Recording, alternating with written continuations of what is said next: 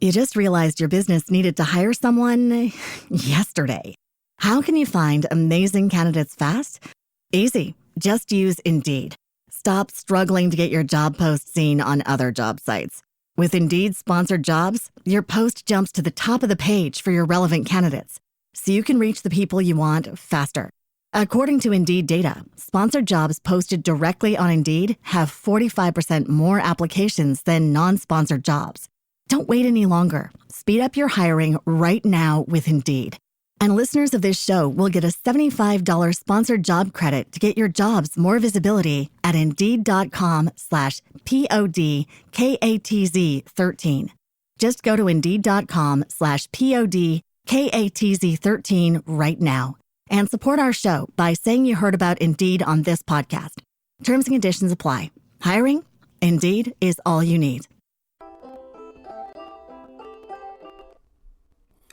Hey, good evening, everyone. Welcome to another Money Space with me, Kalu Aja. Of course, on our space, we're talking money, the economy, and finance. We want to take those topics, those economic topics, make them easier, digestible, so that way you become a better investor and, of course, a better citizen.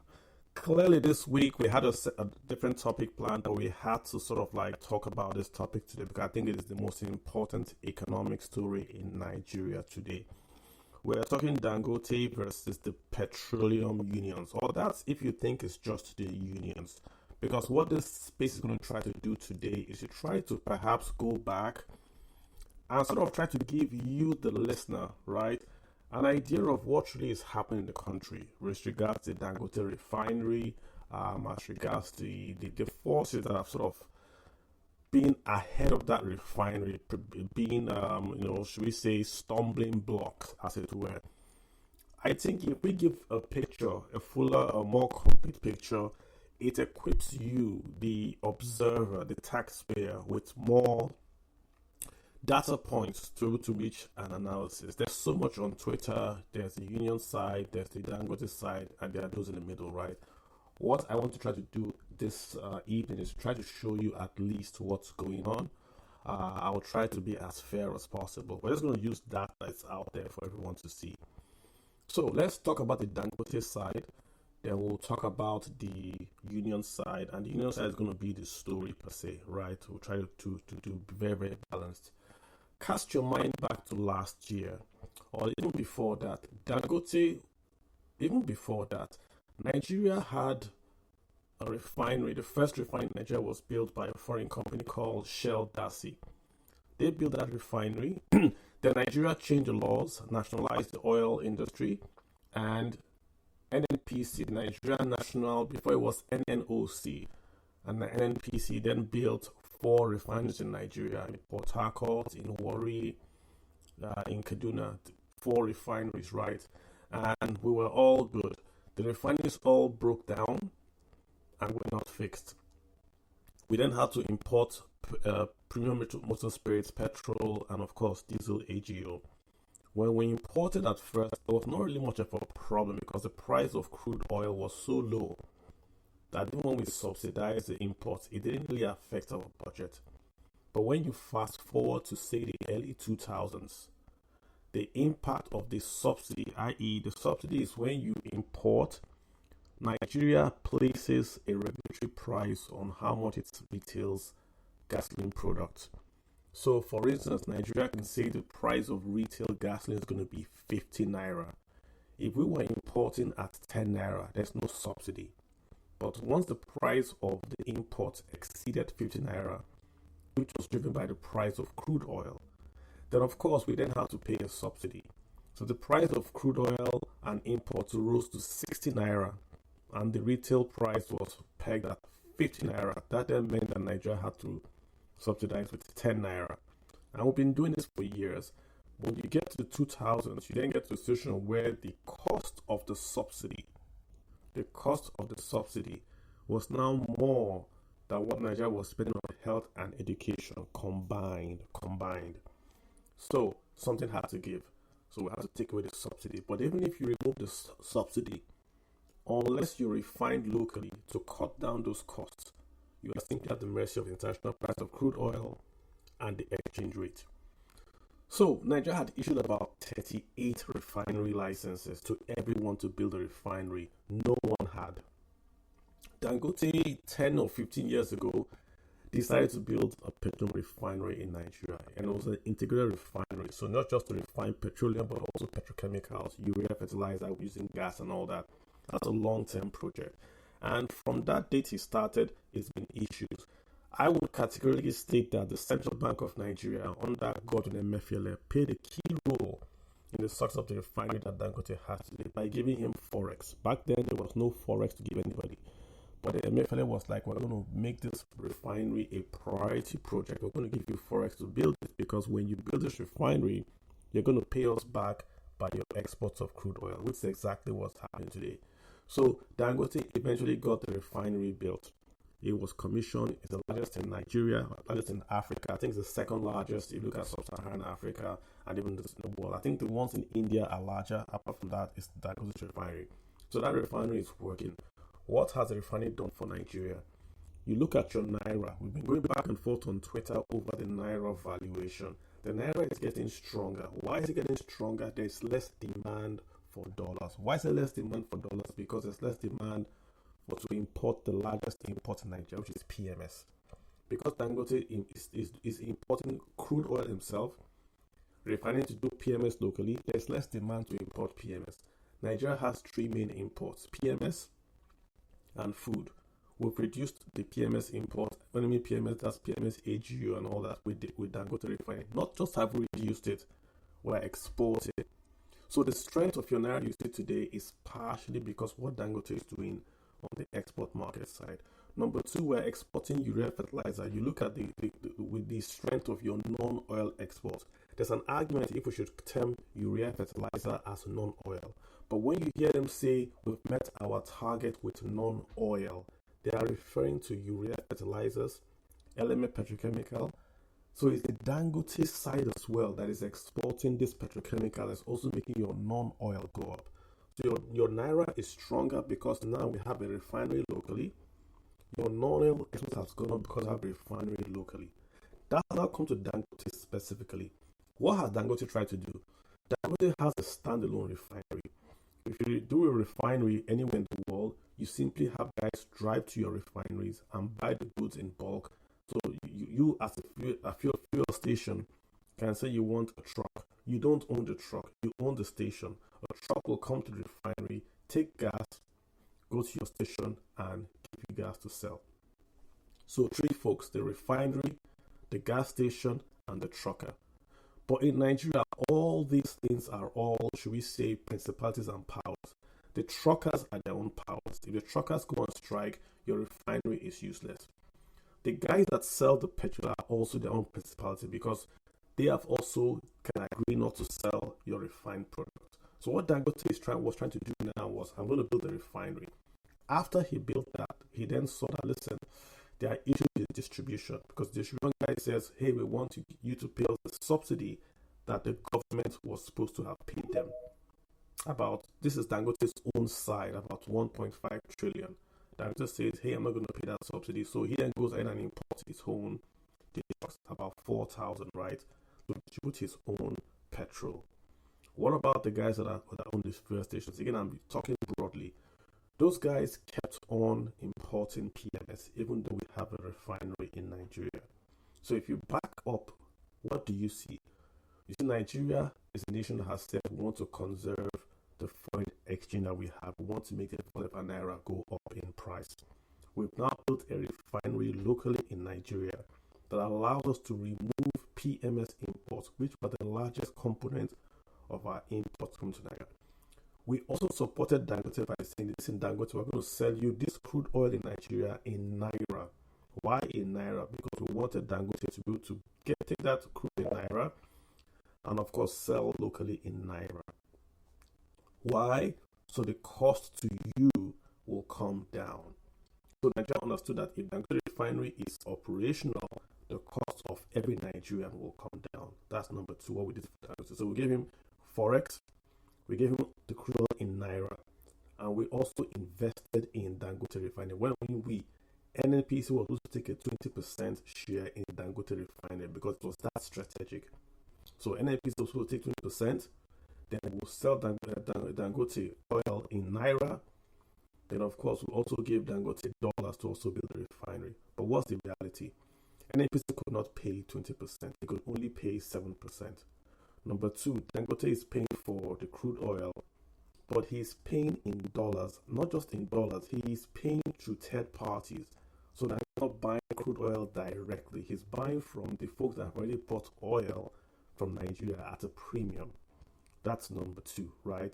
So all these costs have added back to Dangote's cost. Number three, go back now to where we were going to start previously, last year. The government regulator came out and said Dangote was selling substandard PMS and diesel. This is the government's regulator, the Nigerian, I don't know the long name, right? Regulator came out and said it. And Dangote had to do tests to show that his diesel had very, very low impurities. I think the House of Assembly guys also went there as well. And they did the exercise and they confirmed that yes, Dangote was selling diesel that was at a high European, I think it was Euro 5 standard and all that. Fantastic. After we crossed that ladder, what happened next? We had the local off-takers, the petroleum marketers, saying that they want to keep on importing PMS because it was cheaper to import PMS. And you guys would know, the first time really we've seen Nigeria where the prices of crude of PMS has come down was when we had the competition between Dangote and the local guys that sell PMS. So there was this competition that went on. Dangote would reduce his price, they would reduce their price. But what was curious to me was that the local guys were still able to get dollars to import PMS. This is a nation that said that we want to sort of stop imports and we have a refinery. But the local PMS guys were still getting dollars. Remember, this is a country that stopped the imports of rice or stopped selling dollars to rice importers because we want to provide a subsidy to local farmers. We closed our borders, right? But we suddenly changed and allowed local importers to import PMS, even though we had the largest refinery in Nigeria. So number one, the regulator said his products were substandard. Number two, he was openly being competed against by Nigerians that did not have a refinery. There is only one functional large-scale refinery in Nigeria, apart from the one in the one in Niger Delta that does diesel. And there's another one in Imo State. But the largest refinery by scale is Dangote Refinery. But you had folks without refineries being able to get dollars to import barrels to the country. The same country that says we want to stop the value of the Naira falling.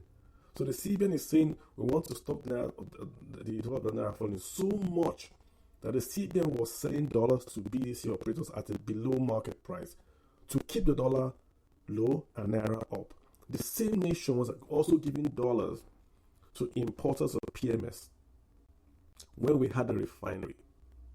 Then we crossed that stage and we're now in this new stage about if you have a union. We were told that if Dangote has a union and tries to truck out his product directly to the filling stations, it would cause job losses, which doesn't really make enough sense because if he's importing trucks, there are 6 folks per truck. He's creating jobs right there immediately. Then we're now back to this current issue about the union saying that workers that want to join a union, which is their right to join a union, you cannot stop anybody in Nigeria from joining a union, that the workers joined a union and Dangote then fired those workers that joined the union. Hence, this union has now gone nuclear, has said they're going to stop the sale of crude oil to Dangote, they're going to block the entrances, they're going to stop the flow of crude oil to Dangote Refinery. That's where we are. It's important to have given you guys the background. What I was trying to show is this. This union's issue is the latest in a series of counter narratives in the Nigerian economy. We have gone from we need a refinery in Nigeria to stop imports. We then got the refinery. When we got the refinery, the government's own regulator came out and said the refinery has substandard products. It didn't go to tell the refinery, hey, you have substandard products, can you make it better? No, it published its findings. The government's own regulator. Then we had the government selling dollars, because in Nigeria you cannot buy dollars from the banks unless the central bank says so. We saw that under Emefiele, where if you are importing rice and 44 items, the CBN will cut you off. You couldn't go trade in the banks to import rice. But now we have folks importing PMS into the country, even though we have a refinery.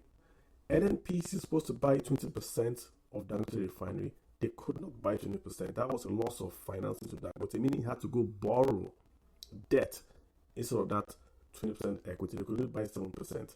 NNPC is also supposed to sell Dangote crude oil in Naira.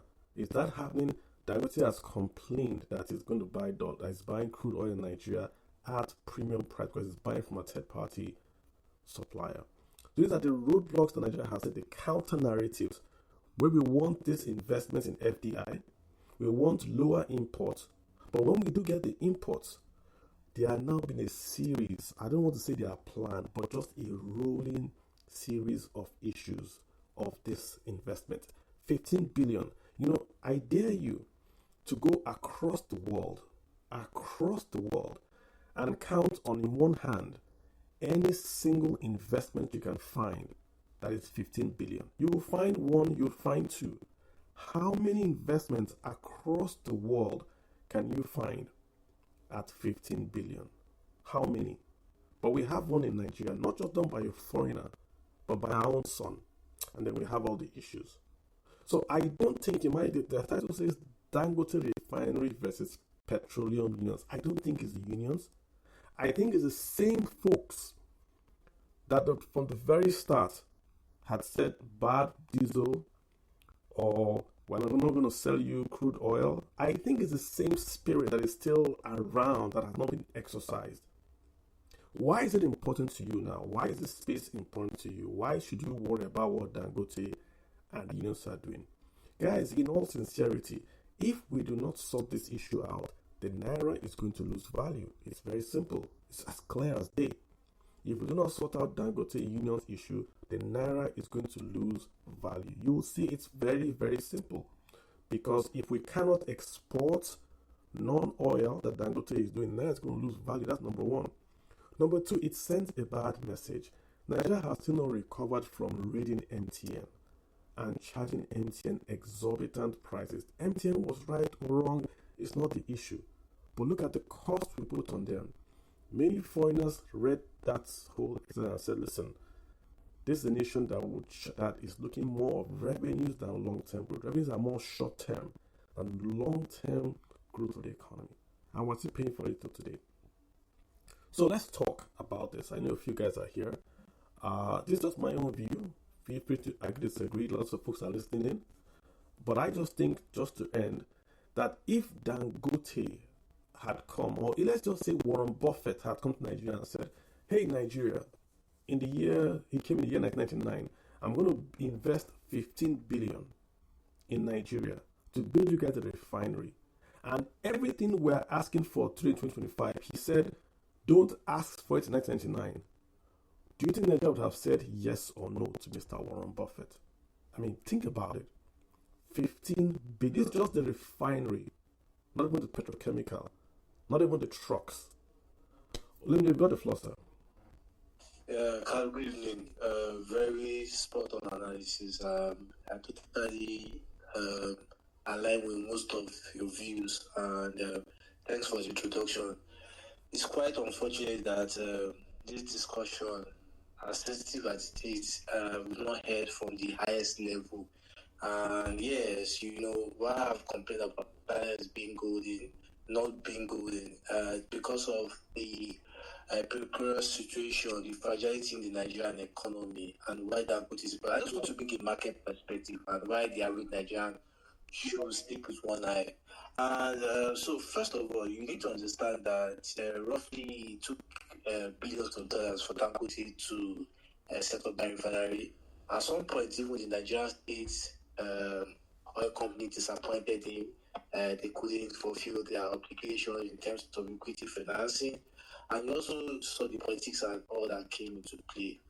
Yes, the refinery card has given the introduction, but I want us to look at the other dimensions we are looking at. First, Dangote is still indebted in billions. He's owing the Chinese bank some creditors. You need to understand that He even had to disclose that if this project was not successful, all his assets will be taken away from him. So you need to understand what he had to put in for this to work. Also, you have to look at the dynamics of the Nigerian economy, which Kalu highlighted. Nigeria is really a monotonous economy, and to be honest with you, most of our foreign investments, foreign exchange comes from crude oil. But dynamics have changed with the openings of Dangote Refinery.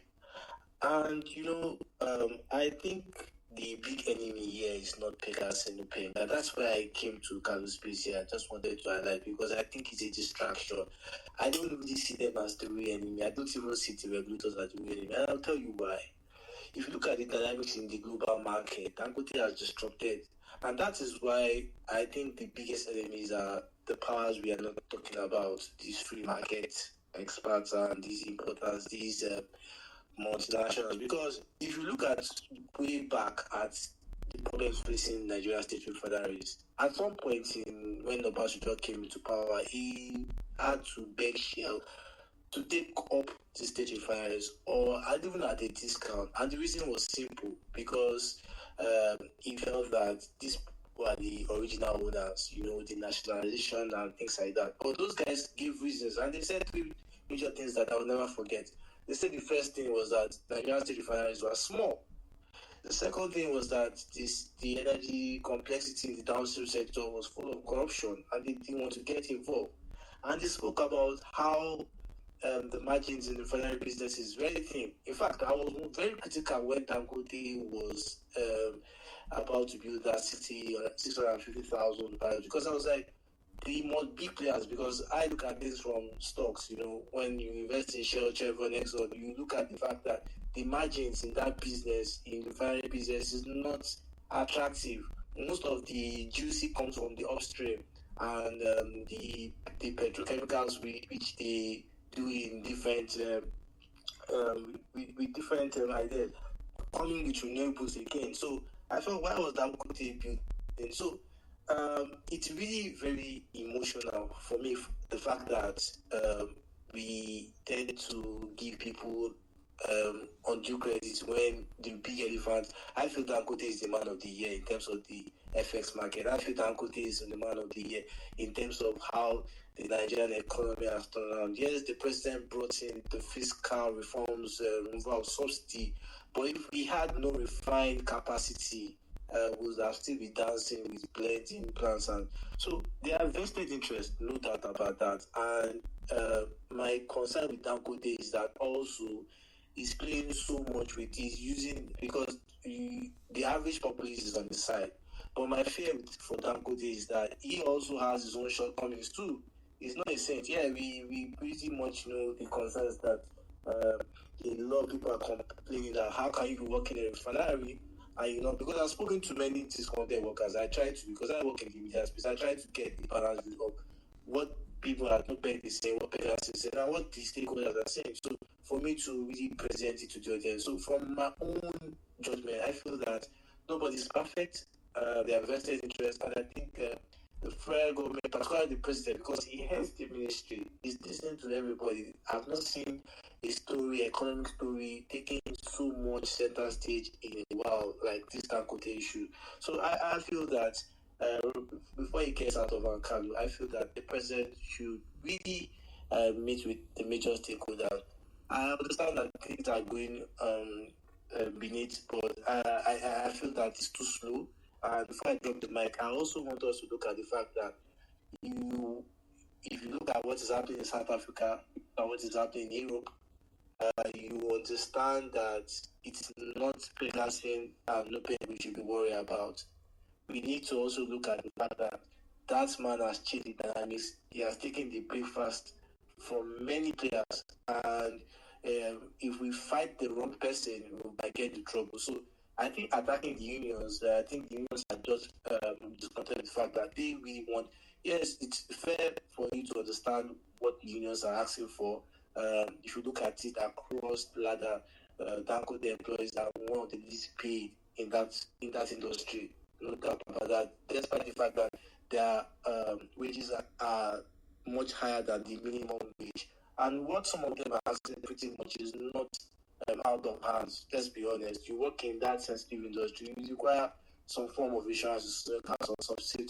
However, the issue has been these guys have been really at the neck of the Nigerian economy for too long. We've not seen there so much input when state refineries are depleted. Billions of dollars being spent. Some of them are members in this association and they will not be held accountable. We've seen how parabolic the state of Nigeria's inflation rate, which partly is brought about energy, So before I allow other people to speak, I think for me, what really makes the difference right now is what the most powerful man in Nigeria does, because he has made this in such a way that everybody answers to him. Because we don't have the federal minister. The minister we have is a deputy, is second according to the hierarchy. So all the trust is stable. So for me, I think what he should do, two things before the midweek. First, he needs to bring in stakeholders. I don't think war will settle this. Pegasus is powerful. For those that think it's security, you can't sack these people. Some of these guys work in Chevron, Shell, ExxonMobil. I think we need to be rational. Some of these guys have been veterans in the industry, but you can play your cards if you are very smart. So I support diplomacy. I'm not here for people to be sanctioned, arrested, or jailed. I also feel that Dangote has to make compromises. He has to restate 800. But, the only concern I have with the newsletter is the act of sabotage, because I read S&P reports which highlighted catalytic leaks in the refinery and some form of maintenance ongoing, which at some point the Dangote refinery had to deny and talk about. So that sabotage is really a critical issue. However, okay, I think Dangote can resolve this. No, let me great overview. Let me just say this, right? Every issue you have listed, Dangote's workers and all that can be resolved in a meeting over lunch. They're not talking about strategic issues like the pricing of petroleum products or that there's an environmental issue. These are issues, you sacked the worker for union. There's a process for that. Nigerians have gone through unions before, like you've highlighted. Why is it that the Nigerian government can sit down and a strategic asset will be cut off from getting crude oil? Because it's going to affect the dollar, it's going to affect the economy, it's going to affect the export of non-oil. But the Nigerian government has not said a word. And unions have gone to a private company, have sort of, if we believe the news reports, have shut it down. If you then answer that question isn't an answer. If you go back to the first point I made, the first person to come out against Dangote was the regulator, the federal regulator, that came out and said their products were substandard. So Africans have a proverb: if you are walking and a bird whistles and a stone hits your head, the next time the bird whistles, you bend down.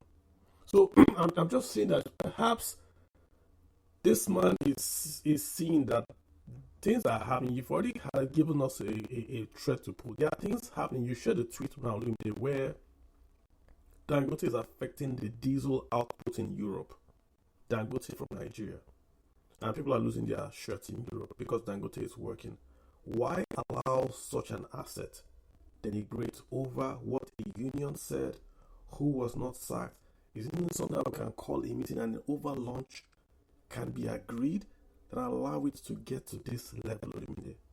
Difficult because political elites are compromised. I spoke with parables that have you ever, because look at America, for example, look at the French, look at the Europeans, no matter how sophisticated they are, you see that at some point they discover leaks in their bureaucratic processes, and that's because they have a very strong counter-intelligence agency. I'm not an intelligence officer, but when you look at from your economic understanding, you see that the interest in Nigeria is it's very tough to be a successful businessman in Nigeria because you are fighting powerful vested interest. It's not just, you mentioned regulators. I feel that, yes, we might have some compromise players in the system, but that's not really the major headache Dangote is facing here. Because I'll tell you for free, when you look at the export capacity, particularly from the Dutch-based refineries, I look at the latest data from MBS in trade, you see that dynamics have changed. There was a time Poland was the biggest importer for Nigeria after China, and that was because of petrol. Now you see dynamics is changing. Poland is not really there again. Now we look at the latest data, Spain was the major. So the things have gone really. Dangote has really changed the dynamics, and these players have vested interest. They're not going to come in without a fight. But the problem is that Nigeria is vulnerable. We don't have a strong political system here. We are quite divided. So the business side, you see what Donald Trump is doing with OpenAI. Anytime he goes to the UK, anytime he goes to powerful countries, he takes his business class with him. There's this political coverage. We don't really have that in Nigeria. We have to be honest. And it's coming up, yes, but we don't really have that. So there's no political cover for these big players. If Dangote was an American, me and you know what Donald Trump would have done. When Google was fined billions of dollars by the European Union, you could see what he sent to the French Army. He threatened them. He says, I'm going to raise tariffs on your wine and your exports. And you could see some diplomacy. We don't really have that with the big players. The likes of Tony, the likes of Dangote, the likes of these guys are practically on their own. So it's a wake up within our system that tells you that, see, if you really want to have a successful business system, economy, you also really need to have a strong political and intelligent platform. Because right now, we don't even know whether what Dangote is saying is exaggerated or whether there's really sabotage. Because the truth of the matter is that it's sabotage in any that kind of. If you hear that in a place like Texas or anything, the US government will take it up. The FBI will be hearing news about that. So these are things we also need to ask questions, because we also need to understand what are the political side taking, what is the security angle to all this stuff, because all dynamics are involved. Look at the cost of the ex-depo, Kalu. I read a report that it has increased by over 100 naira just within this instance. That alone has implication on the middle class that has weakened disposable income. Okay.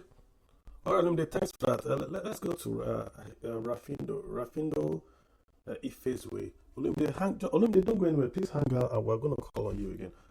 Rafindo, how you doing? You were talking the Dangote versus the union. What's your take, really? Okay, good evening, Anu, and good evening, everyone. I think the issue here has to do with three factors I've highlighted. First is to appreciate the effort and the tenacity Dangote brings into our economy. And I'll give you a good example. The early 2000s, Nigerian cement sector was virtually dead, and the only player then was Buseco, who was later inherited by Lafarge because of what? Dependent on importation. And this man came along, disrupted the sector, proved that Nigeria, having the largest cement deposit in Africa, has no business importing cement. And you could see the tenacity. He saw this kind of what happened. So many propaganda were used against him, so many frustration, and at the end of the day, he was able to thrive. Look at his tenacity now. The tenacity he brought into that sector has been able to make other players come into the sector now. Due to him now, Nigeria has 5 cement companies with different plants. That is the tenacity of someone who loves a country and what he brings. And now just oppose it with the refinery. All of us here know that our refinery were a museum. I like to use the word museum. They are more like an anti-fan zone. For how many years? Nothing was happening. He came in, did that same pioneer disruptor status just to create jobs. Nobody can compare the number of jobs Nigerian was created when Nigeria was importing cement with the number of jobs now Nigeria has for Nigerian producing cement. We cannot compare the same.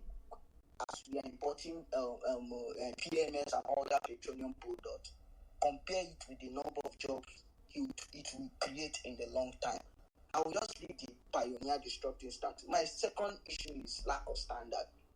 Nigeria is the only country in this world where we don't have standard for wage pay.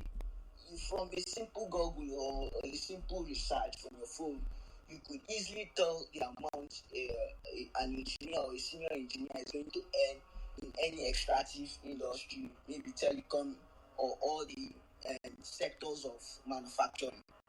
From a click of your phone, you could know the standard. Nigeria does not have that standard. So I have issue with Pengasing trying to bring an upstream standard to the downstream sector. Whether we like it or not, the petroleum sector is divided into three streams. You cannot expect a player in downstream to match the salary of an upstream player. Can you explain this for those that don't know what downstream option? Are you saying that, for instance, the union are saying that maybe what they pay Shell workers should be what Dangote refinery workers should get? Is that what you're saying? Yes, that's the majority of them argument has always been like that. And me and you know, Kami, it's not possible because when you come to the downstream, your trading or your manufacturing margin is very thin. You can compare with an upstream player or a midstream player. We have to be very realistic about it. And let us know from a fact that around 2019, he has already employed some Nigerian engineers who were already getting monthly payments even when the refinery was not even functioning. I have a privileged information on that. So thousands of Nigerians were already employed gainfully even when the refinery was not working. How many capitalists who even try to take such a gamble? Who pays a worker when the company has not even started any product? Gotcha. For that, so that refinery working, the payment for those workers, the truth for the payment of those workers when the refinery was not working was coming from all the other SBU he has, all his 22 other companies he has. They were all the ones. That was when he was getting the money to sustain the refinery and working capital. Now, the refinery started. It's not even been up to, 3 years, and you are having this kind of issues. It shows you that these are a set of people who are not interested in Nigerian growth. Left for me alone, the man is capable of shutting down that refinery 6 months, and nothing will happen. Everybody, he has done that several times. If you know the cement sector, he did that with Boko. They did this kind of thing in Boko plant. They shut it down for a year. Everybody went home. But the issue now is because maybe it has to do with payments, the loan repayment and all that thing. You know how big and gigantic is. My issue now, or my point now, is the Nigerian government has a role to play by through its agency. As far as we are concerned, Benghazi should not be the one determining what is the standard wage in any sector. That job should be left for the Nigerian Bureau of Statistics, Nigerian Society of Engineers, the statutory engineering body, which is already, and federal. Okay, let me take you up on that. We've seen unions in the past fight for minimum wages. I mean, the NLC just fought for minimum wage; they got that. We've seen in the West where unions in GM also fight for minimum wage and they get it. So unions, even though they are not wage regulatory bodies, can fight for wages for workers in a private company. That is fair enough. But just want to be clear. You are saying that the wages for, if you benchmark that to refineries, it's okay. But you are saying that what Pengasing is asking for is that these workers in the refinery should be paid like the quote-unquote IOCs in Nigeria. Just want to be clear on that. That's IOC. Yeah, okay. That's Pengasing point. Okay. All right. Carlos, can I interrupt Rafinde a little bit, please? I think he's making a hell of a mistake, and I don't know. I know this is not standard practice, but I want to correct a mistake he's making, please. I don't know if I should go ahead. You've already gone ahead. Okay. Please, first and foremost, Pegasin is not asking that Dangote staff should be paid the same salary grade with the IOCs. No, that is not the demand, and that is one mistake he's making. And I'm not sure he actually understands What are they asking for? What is Penguin asking for? Go Okay, ahead. so understand one thing about you. No. What are Penguin? What are they asking for? They are asking that the employees of Dangote should join Pengasin, and as a member of Pengasin, you have the right. There's something called collective bargaining agreement. The union negotiates with the management, and it's a collective bargain, and not just for salary, but other welfare packages. And what they're not necessarily every company will of course negotiate with what the company will be able to pay. Dangote's employee is not going to ask Dangote to pay them as Chevron, NLNG, and How others. do you, but Daniel, in all fairness, he said they want to be paid a certain amount. You said no, that's not what they want. But you just confirmed that they want to join the union, who will then ask them to be paid, quote unquote. So it's not the same thing he's saying. Like I said, then that collective bargain agreement, you are not negotiating. Say a single person is not negotiating with the management. The union at large is negotiating with the management, and in line with what the company can. Nobody said that if you join Pengasin for that you are going to ask Dangote to pay you what the IOCs are paying. No, it doesn't make sense, and that's not how it works. No, Because how does it? I mean, I want to be very factual. What does the IOCs earn? Yeah, I just want to be clear. So, yeah, good evening, sir. How you doing, engineer? Welcome, engineer. I'm okay. You know, on that part, probably when I have mic, I can speak to that very well regarding what exactly the issues are. Just because engineer, hold on. Just to introduce, you are speaking for the union folks now, right? I know you as the union president. No. I'm just saying that the main issue now, probably when I come up, do some introduction, you will not even know that even for now, the fight is not even about pay me this, pay me that. No, for now. Okay, hold on. Just hold your horses. Let me get to Winnie to just hop in real quick to calm the room down, then I'll come back to you. Winnie, go ahead, Winnie. Kylie, that was quick. Greetings, everyone. So I feel your introduction, I feel you just, for lack of right words, just pardon me. I feel you jumbled everything or you just mixed everything. Because your topic clearly said Dangote Refinery versus petroleum unions. So first things first. Rafindo, I think someone's mic is on. I'll help you with that. All right, thank you. So first things first, Carl, I think I heard you say the government has not done anything yet. Or do you see what the unions are doing? Unions also hold, as in shut down government parastatals or hold the government accountable. So it's not a new thing per se. When unions are fighting for their rights, if it's against any level of government, they can like hold the government to ransom. So I don't think in this case is a special case. But yes, at a point, we need the government to come in. So if you can see, I've posted some things on your Jumbotron because first things first, I don't think this strike, it was today. I picked interest from back the 9th September post because I was already panicking from then. And why am I interested? It's just because I can't afford to face, and in Nigeria, I can't afford to face like fuel queues or lack of or increase in prices with what is happening. So that's why I'm even interested in this. Okay, help us correct any wrong impression that we've had. My intro has been that, in effect, the summary of my intro is that Dangote is too big to fail, and that whatever is happening with Dangote and unions should not affect the economy of Nigeria. That they can still fight. You've talked about union shutting down the government. If you honestly, if you shut the Ministry of whatever down, doesn't affect Nigeria the same way you shut Dangote Refinery down. So help us correct any anomaly. I see your Jumbotron. Please correct it for us. What's going on? Go ahead. So first of all, why should it be like, why should our country or why should the government have to, why should we be at this point where we'll say Dangote should not fail? Yes, you people come and say, and it's the truth, he invested so and so. But isn't that a personal investment? When you say too big to fail, it's just a realization and acknowledgement that if the company goes down, he carries more with him.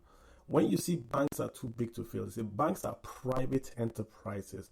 But if a bank fails, there's a run on the bank, it affects the economy. Those that had no business with the bank. Look at 2007. We had real estate mortgages in America alone failed because banks in America were irresponsible. But that crisis got to Nigeria. It got all over the world. Toxic assets. Till today, we are still dealing with it. So too big to fail is an economic term to show that if you remove Dangote today, let's remove Dangote today, what happens to your Naira? It goes to 3,000, 5,000. If you remove Dangote today, shut it down today, your Naira goes to 3,000, 5,000. Then you have fuel queues back, then you have consumption would fall, your GDP would fall, your per capita GDP will fall, your imports will go up. That's the too big to fail. It doesn't matter if we like him or it's a private company, he's simply too big to fail. That's the point we're making. Thank you. That we don't want him to fail does not mean he shouldn't run that company, that refinery, that business well. And I think for Pengerson to come up now and say, okay, they are coming up, they are going to go on with their strike or whatever, is because he has not, I don't know, it's because what we're hearing, especially what we heard yesterday from the SAC and what have you, it's that, yes, even though it's a large investment and what have you, you're not running it as it should. It's a business. And this man is not new to business. So if for any reason, because he has been called out at various stages, but it's because of this, we don't want him to fail, that I feel we didn't really look at whatever from the regulators to the unions. Okay. I feel we didn't really sit down and look at what they were saying. I got you. So again, guys, Winnie shared something very, very important in Jubotron. I think it was the union's position. Please read that. Winnie, I don't want to put you on the spot by asking you this question, but the same unions were in the NNPC refineries. I think a union guy was on TV saying that the NNPC refinery, that one that was just said, he said it was working, the same unions, and they're not working today. We spent about 18 billion from trying to do turnaround maintenance on those refineries. I haven't seen any union person picket any NNPC refinery. If I'm wrong, please correct me. We turned the refinery to a blending plant. It's not working. No one has picketed them. They failed, and unions are there. So this guy has come now. He tried to buy a Nigerian refinery. It wasn't sold to him because the union said don't sell to him. He goes and does his own refinery. The unions have now gone to his own refinery to say, you must unionize. If you don't unionize, we're going to sort of close you down. So I get you. I don't know if you have a response. Let me move to the next person. But I do take your comments. Let me just respond to your last statement with a line. Then I'll come back again if you would give me the mic. Go for it, man. So that the guy you said was on TV didn't call out the NNPC when they claimed they were, because some part of the story say there's parts blah blah blah. I don't also have the true details, but that he didn't do that doesn't mean that they shouldn't call Dangote. That's the problem. So it's selective then. It's selective. It's selective. Like they can call out Dangote, but not the government. The thing is that we want everybody to do what they should do. That we feel that this refinery is going to save our economy. It shouldn't mean that we should allow it to run at the expense of human resources, at the expense of people's health and what have you. We shouldn't just look, I don't know, maybe I'm trying to be emotional or empathic, I don't know the word to use, but we shouldn't just because of the economy not face issues realistically. He should operate that refinery well. That the NNPC refinery is not doing well or the unions are not calling out that, does that mean Dangote should not be called out too? Two wrongs will not make a right. Okay. So I'll come back again. Let's get Dr. Obia Rere in America. Onyeka. How you doing, sir? Very fine, Carlo.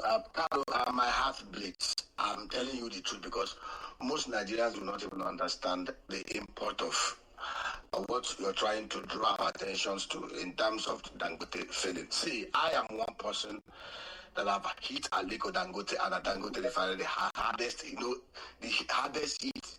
If you go to social media, go to channels arise, you will see my position.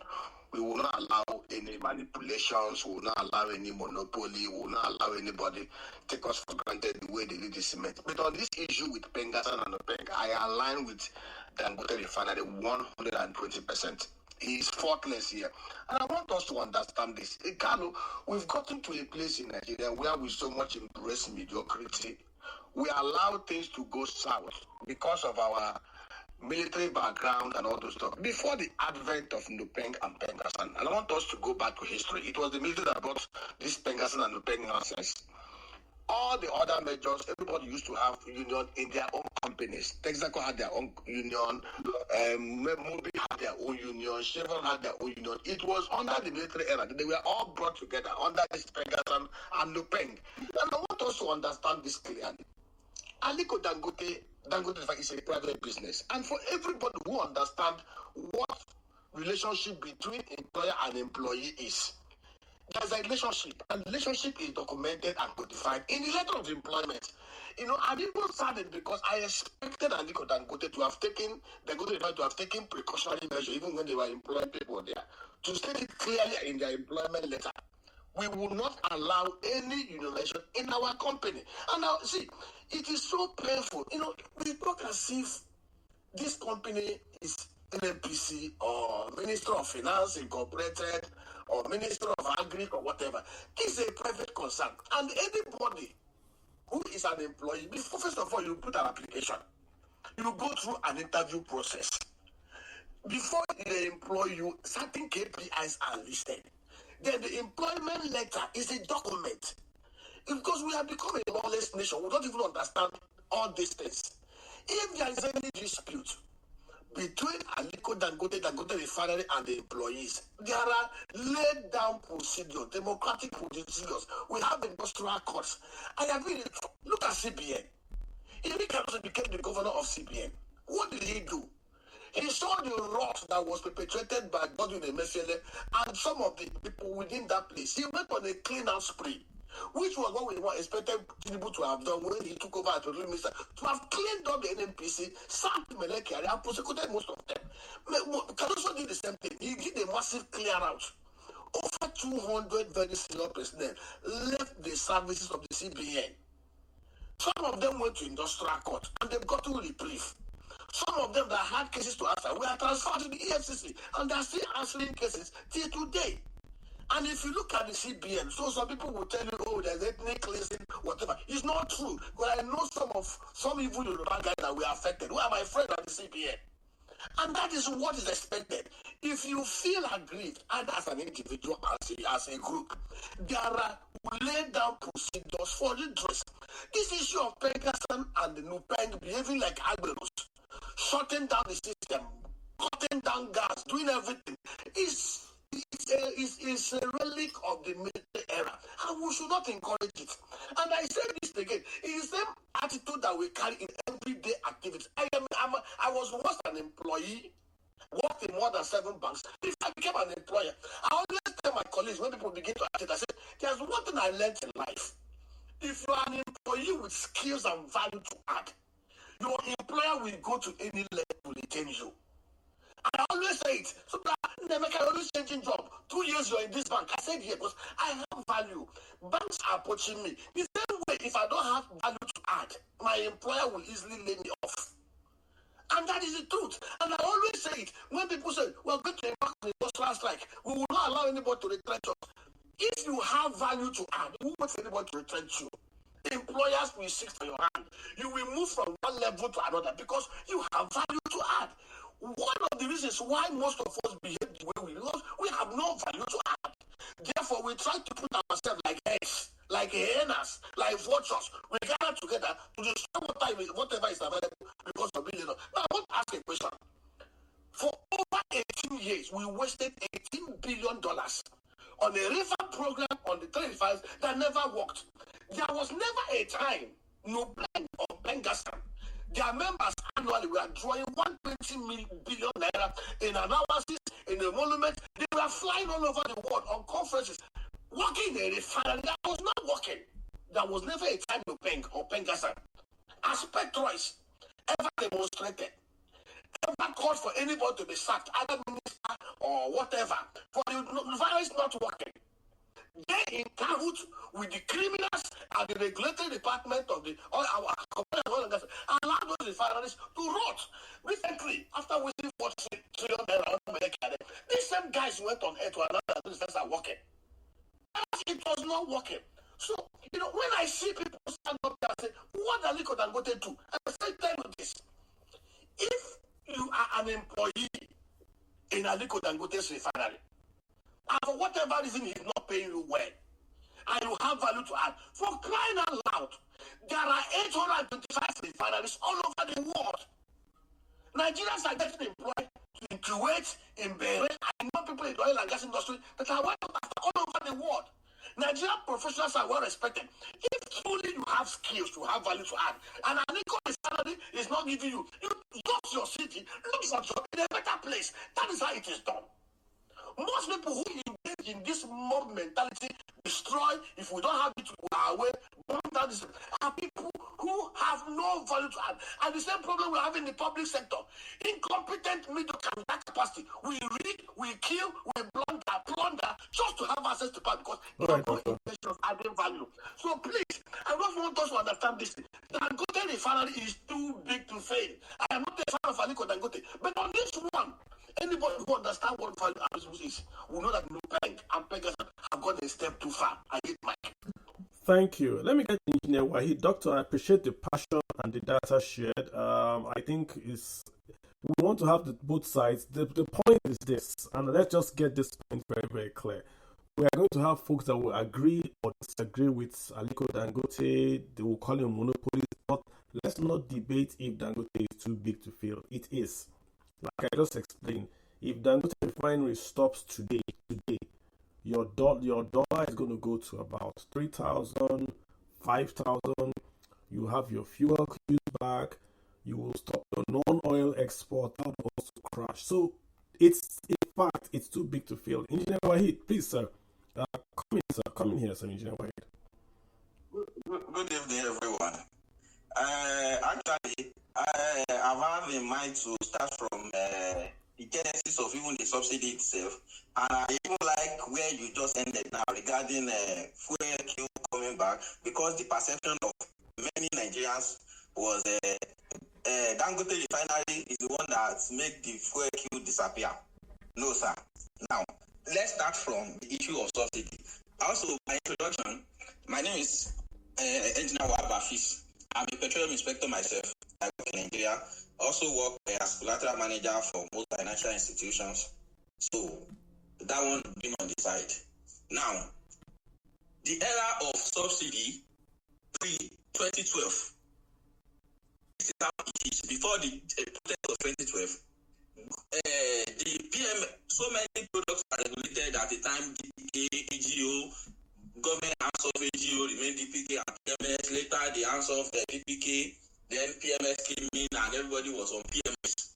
Now, the era between especially Jonathan of 2009 to 2011 December was government made a benchmark for PMS price. They give license to marketers to bring it in.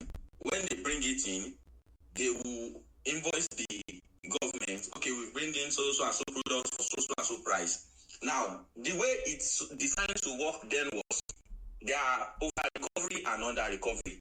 Now, if your landing cost is less than the selling price the Nigerian government, the NNPC that then is asking the people us to pay for PMS in the filling stations, then the government, you pay back the government. If your unit cost is less than You have to pay back. The subsidy of the era is not always government giving. Now, then if it is more than, the government, you will take into consideration the volume you bring in, the differentials, and then pay you. That's how it's supposed to work. However, that 2012, so many people abuse the process. So many of our products are exported outside the country by the trucks. That one is one story. Some people will bring in 10,000 metric tons, claim, do documentation, claim it is 11,000 metric tons. Some will even bring in products. They will take it out and still claim subsidy for it. If you want more explanation on this, you can read this Bauer's book. When I read it, he gives so many details about what actually went wrong then.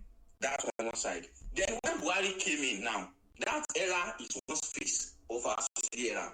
When Jonathan Buhari came in, what they did was they removed, they make NNPC the sole importer of the product. Such that even if other people also have license, you can still bring it in. But the unfortunate thing then was NNPC price is far less than the landing cost. So there's no way a new marketer will bring in products to compete with NNPC price.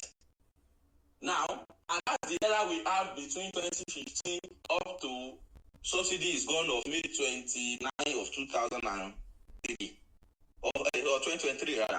So that's the era. Then at a point there was not enough forest again. They changed it to crude for PMS swap and the likes. That is also another era. Now, in that era of now this is very important. That era of NNPC being the sole importer. Everybody selling PMS in Nigeria at that time have to rely on NNPC for supply. Now, because if there is any disruption that happens that make NNPC not to deliver on time, that's what bring about. And then no other person can just go outside and bring in. It can't break even. So that's why everybody now have to wait for NNPC until NNPC supply everybody. That's what bring about all those queues of those times. But now, the era of subsidy is gone, fine. Immediately, if you notice, the price went up to exactly what it should be internationally. Then, everybody started bringing in. I remember Emadem, they even do one ceremony, and everybody was there. All this government, what's it called, they were there. Engineer, where are you going to? Where are you landing the ship? Where are you going? No, you know, you say something about Dangote is the one that let us have no more use at our filling station. That is what I'm driving at. Regarding that one first. Now, what is the advent of everybody can bring in products, then that's the main reason why there is no queue. Not because of Dangote overnight, not at all. In fact, as at present now, Dangote is even accounting for less than 40% of our daily consumption.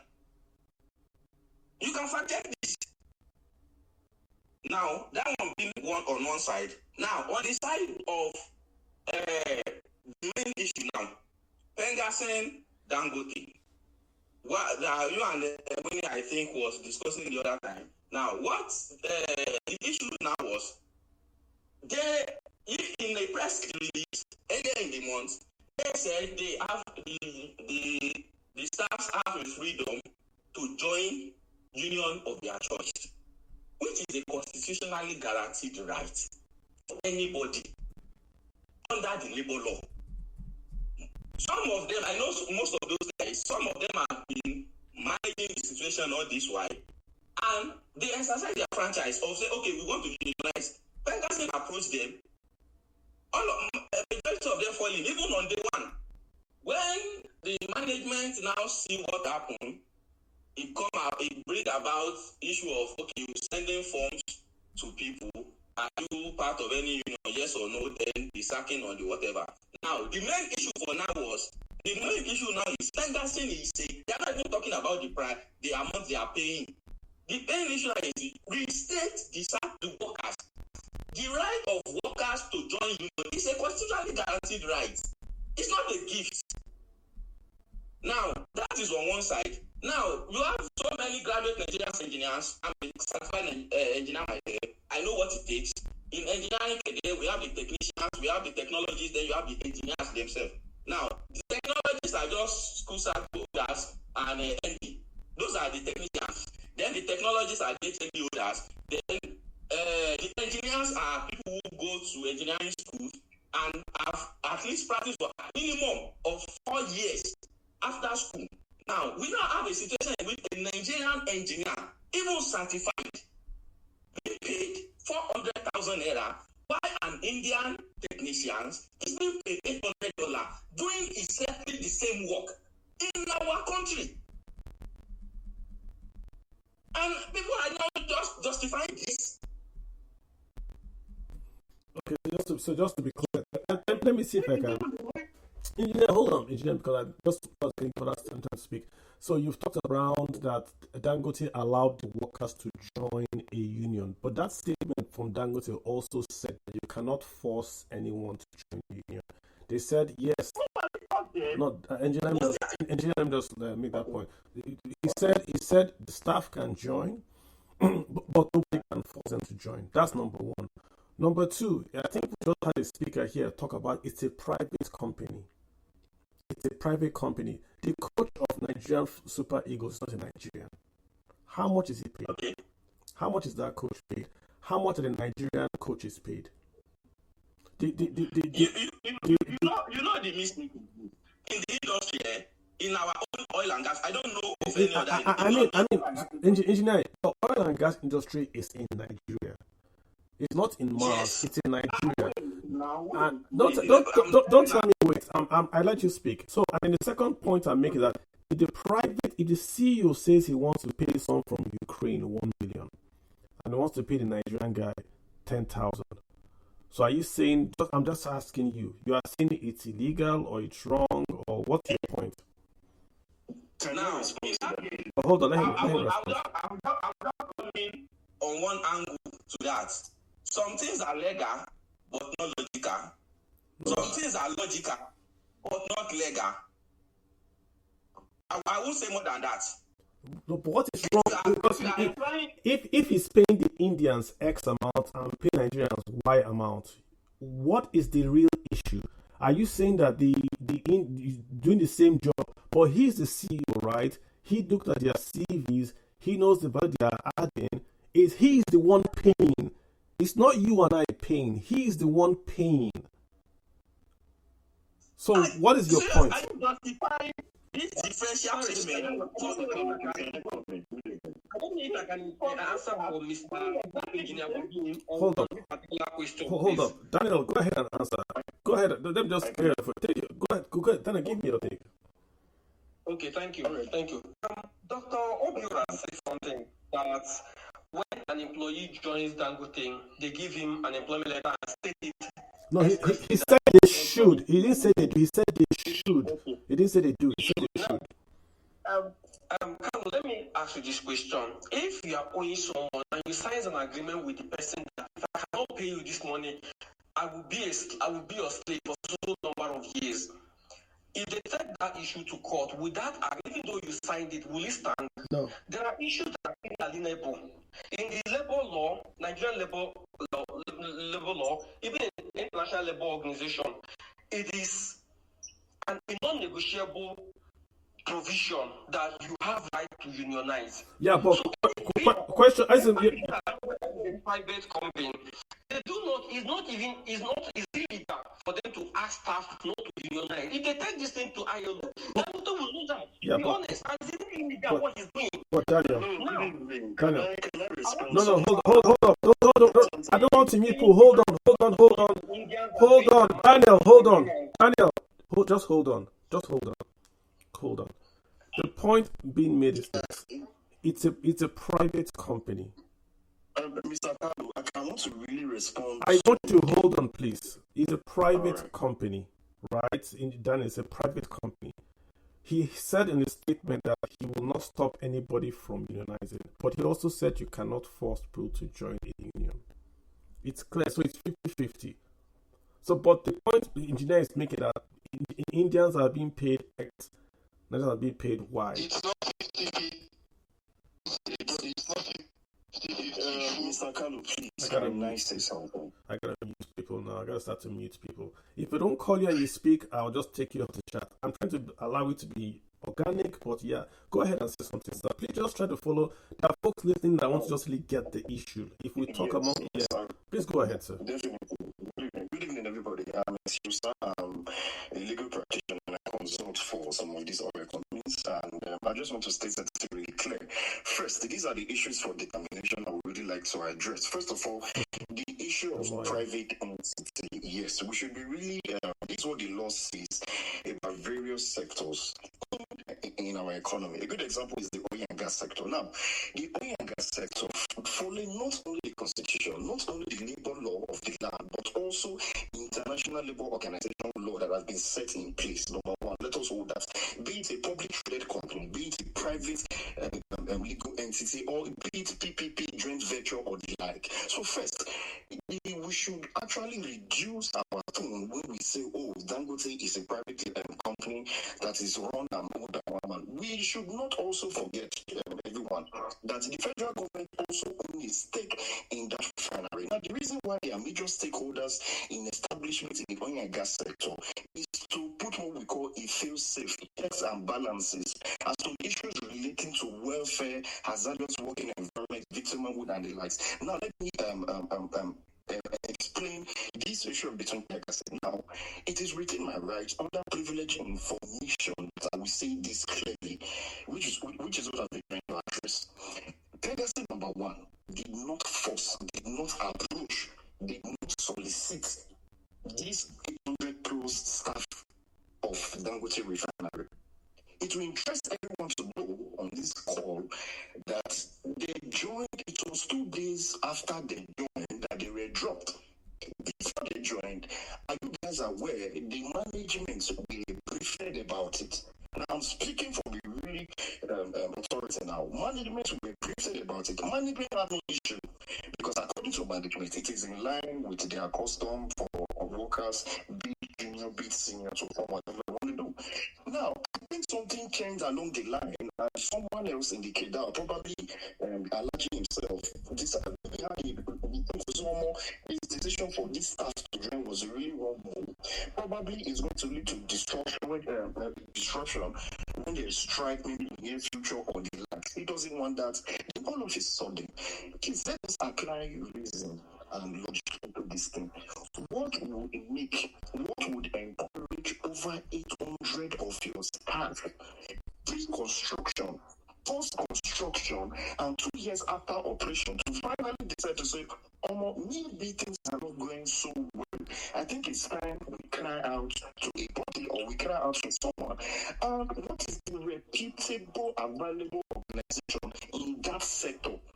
Which is Pegasus. And Pegasus stands for Senior Staff Association. It does not cover junior staff. It does not cover. So we have to be really careful when we address certain things as to it's too big. It is a private entity. Now, on the issue of expatriate, I will say this.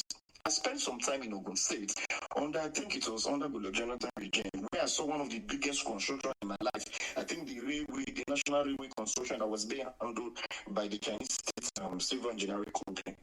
It was then I realized, first-hand experience, that I looked at, we somehow overbloat the idea of any white man we see on site is an expatriate.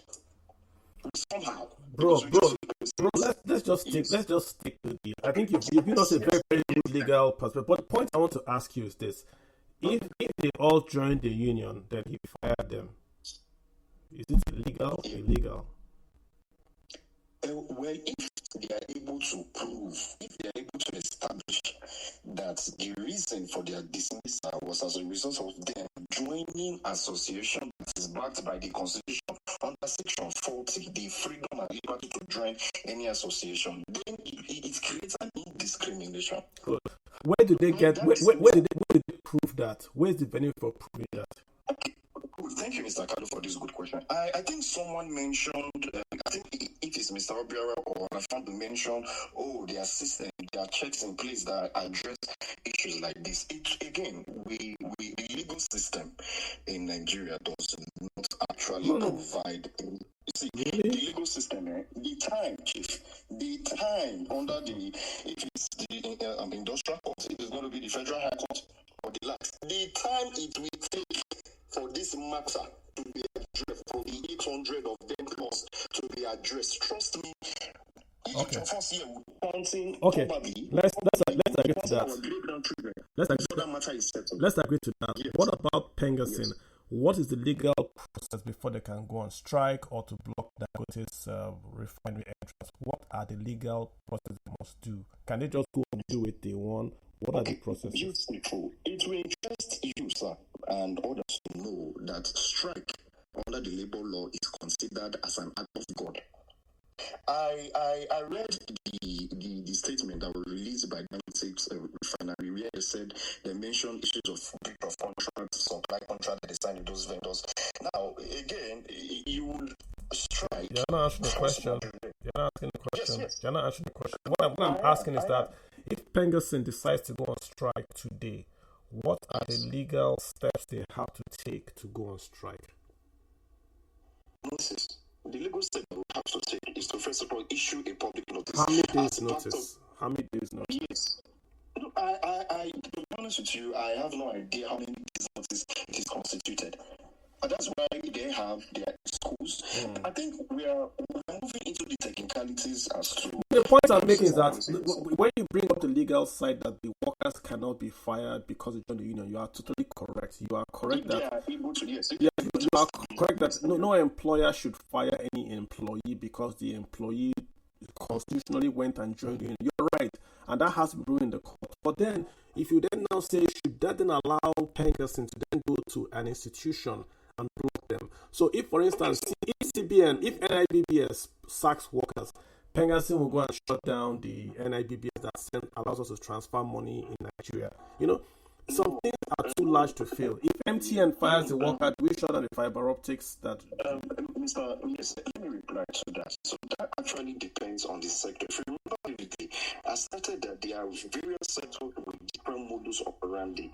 The oil and gas sector, chief, each of us right here, I believe we have family members, cousins, extended friends that have worked in the oil and gas sector. You can see, you agree with me how dangerous that sector is in terms of the working environment, in terms of the chemicals, the toxins that they are exposed to. Now, it also interests you, backed up by data, that a lot of them that operate mainly on the field don't have a long lifespan. But it's not more dangerous than the Nigerian police force. And Nigerian police force cannot go on strike. And again, the energy sector is what we call a national security sector. As you know, if we stop petroleum products tomorrow, this Monday, already people are going to be panicking today. I see the federal government has said they are going to step in. The federal government has said they are going to step in. If they did not step in and there were fuel queues from Monday, there will be panic buying, there will be queues, the GDP will suffer. It's a strategic sector, which means we just cannot go and block Dangote's entrance. Even if we can do that. Let me conclude. One of the elements and instruments, associations and pressure groups like ASU, Medical Association of Nigeria, TUC uses are what? We have them not resigning, temporarily holding their workstations, because if they don't do that, time has proven over again that in our country climate, negotiations is treated with levity. If you start with, let's come and discuss roundtable conversations, it is treated slowly, it is addressed, and it is treated with so much. So, one of the ways pressure group use, we know this is basic government 101. One of the ways pressure group use is strike. And what are the characteristics and trackings of strike? Someone mentioned earlier, maybe it is not, someone said, it is Dangote Refinery, he can do whatever he likes. Please. This will set a dangerous precedent across all sectors and potential sectors that will be coming in. If we allow, I have no issues with that, but to be honest with you, I genuinely have no issues with him. But if we allow this to set as a precedent, whereby one man himself can decide to fight with over 3 unions, can decide to say, okay, I want to remove over 1,000+ workers without any checks. And see, some of us have traveled far and wide overseas. When you say this, right? When you say, no, if I said the point, when you say this, right, we go back to the NNPC unions. There are also unions in NNPC. Why did they not? If you say one man can fight, why did those unions also not use this great power? You said the Dangote guys looked to a body that could step in, and then they went to the unions. Why didn't those unions they went to go to NNPC and make NNPC work? Why is it so selective that Dangote now has to have union oversight? But the NNPC that is there, I mean, what has unions done? We don't. There's no local government in Nigeria with. Mr. Kalu, yes, Mr. Kalu, yes. Sorry, I'm taking a lot of time from other speakers, but let me say this, Chief. NNPC, we have Pegasus in NNPC, we have Pegasus in Sandpit, we have Pegasus in Chevron, Shell, Total, ExxonMobil, and the like. Do they all have to? Does anybody you've mentioned have a refinery? Anyone you just mentioned, do they have a refinery? Chief, remember, we are talking about an association, just like the Nigeria Bar Association. Do they have a refinery? But there's no, so there's no refinery in Total, in Chevron. There's no. Let me answer you. Let me answer you about that question. That correlation it's not actually appropriate to raise, Pegasus, we have a refinery. What has Pegasus done for me lately? Okay, see, Pegasus, Mr. Kalu, is the reason why the oil and gas sector industry is lucrative. Because I don't want to go back to history. There's no refinery working in Nigeria. There is no working refinery. Don't worry. Barrister lawyer, let me answer him. Barrister lawyer. We have it. Go real quick. Let's go to real quick. Go ahead. Lawyer, please let me answer him. Let me answer him. First of all, people stating that Sterling, Chevron, Seplat, and all of the likes, Pegasus Nadia or NNPC, does not mean that there are no Pegasus nothing. Or that, and to tell you the truth is, many people, except you have been biased, you don't know that there are other refineries in Nigeria. Or you think that I already mentioned 3 refineries that are working, sir. Just go straight to your points. I already mentioned Niger Delta Refinery, Niger Delta Refinery that does diesel. I mentioned it. I also mentioned the Westerham Refinery in Imo State, sir. I mentioned both of them, sir. I didn't even mention the small ones. I mentioned the big ones. Yes, sir.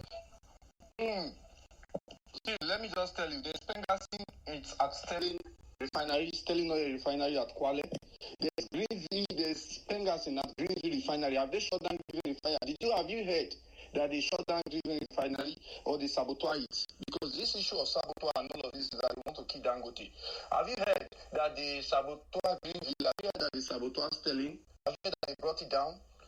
Have you heard that they brought this other one? I've forgotten this one. Let me just even conclude. Dangote is not the only person in the energy. Dangote is not the only person in the energy sector.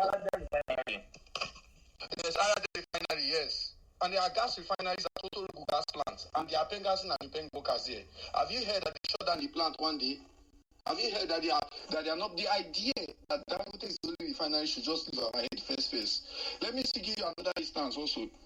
When people say external Pegasus, chill, capacity does not determine intention. Capacity does not determine intention.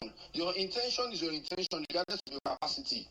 Let me tell you, chill, let me tell you, because I see that majority of us here are lawyers and bankers. I would thought you respect your experts in your field. But allow those, give the reverence to those that are experts in their field. Give them the air and respect their opinion. See, though the perception about unions having external influence in the company is totally wrong. I explained this thing in one space today, and when I finished, all of them, they all kept quiet. This is personally to you. The idea that a union can be externally influenced within a system is totally wrong.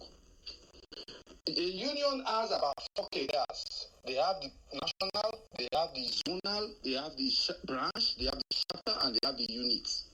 4 cadres. Let me say, I want to start from the unit level. Let me say, I don't think we want to have a discussion on the unions. I don't think we want to sit for that. Honestly, on another space. Carlo, this is your space. This is your space, and you have been sharing your ideas. Allow other people to share their ideas. Nigel, please, I'm not going to let you. You can make your commission, but we're not going to sit through the vision of the union. Go ahead, but we're going to sit through. I take you off the space, sir. That is what it means. You are limiting my opinion. Did I take you off the space? I really don't care. Should I take you off the space? So what do you want me to say? So please just. Tell me what you want me to say. Okay, let's move on. Rafino, please go ahead. My response is to Engineer Wahab. I'm an engineer like you. Go ahead.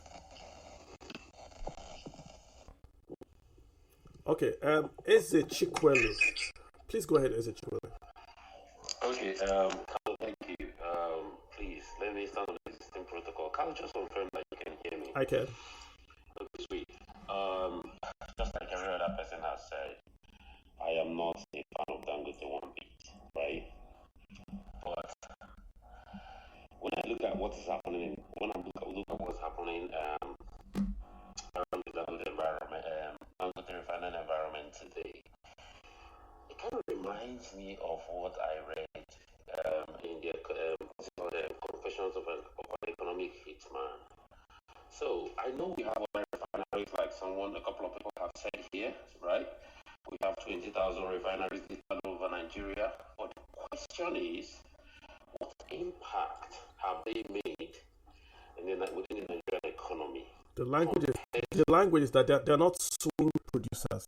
They are not swing. There are many micro refineries, motor refineries all across Nigeria, but only Dangote is a swing producer. Swing meaning he can affect prices, he can affect output at the maximum capacity of all the refineries in Nigeria minus NNPC put together. If you combine the Dangote refinery, the one in Imo, all of them, if you combine them together, it's not up to a quarter of Dangote's daily production.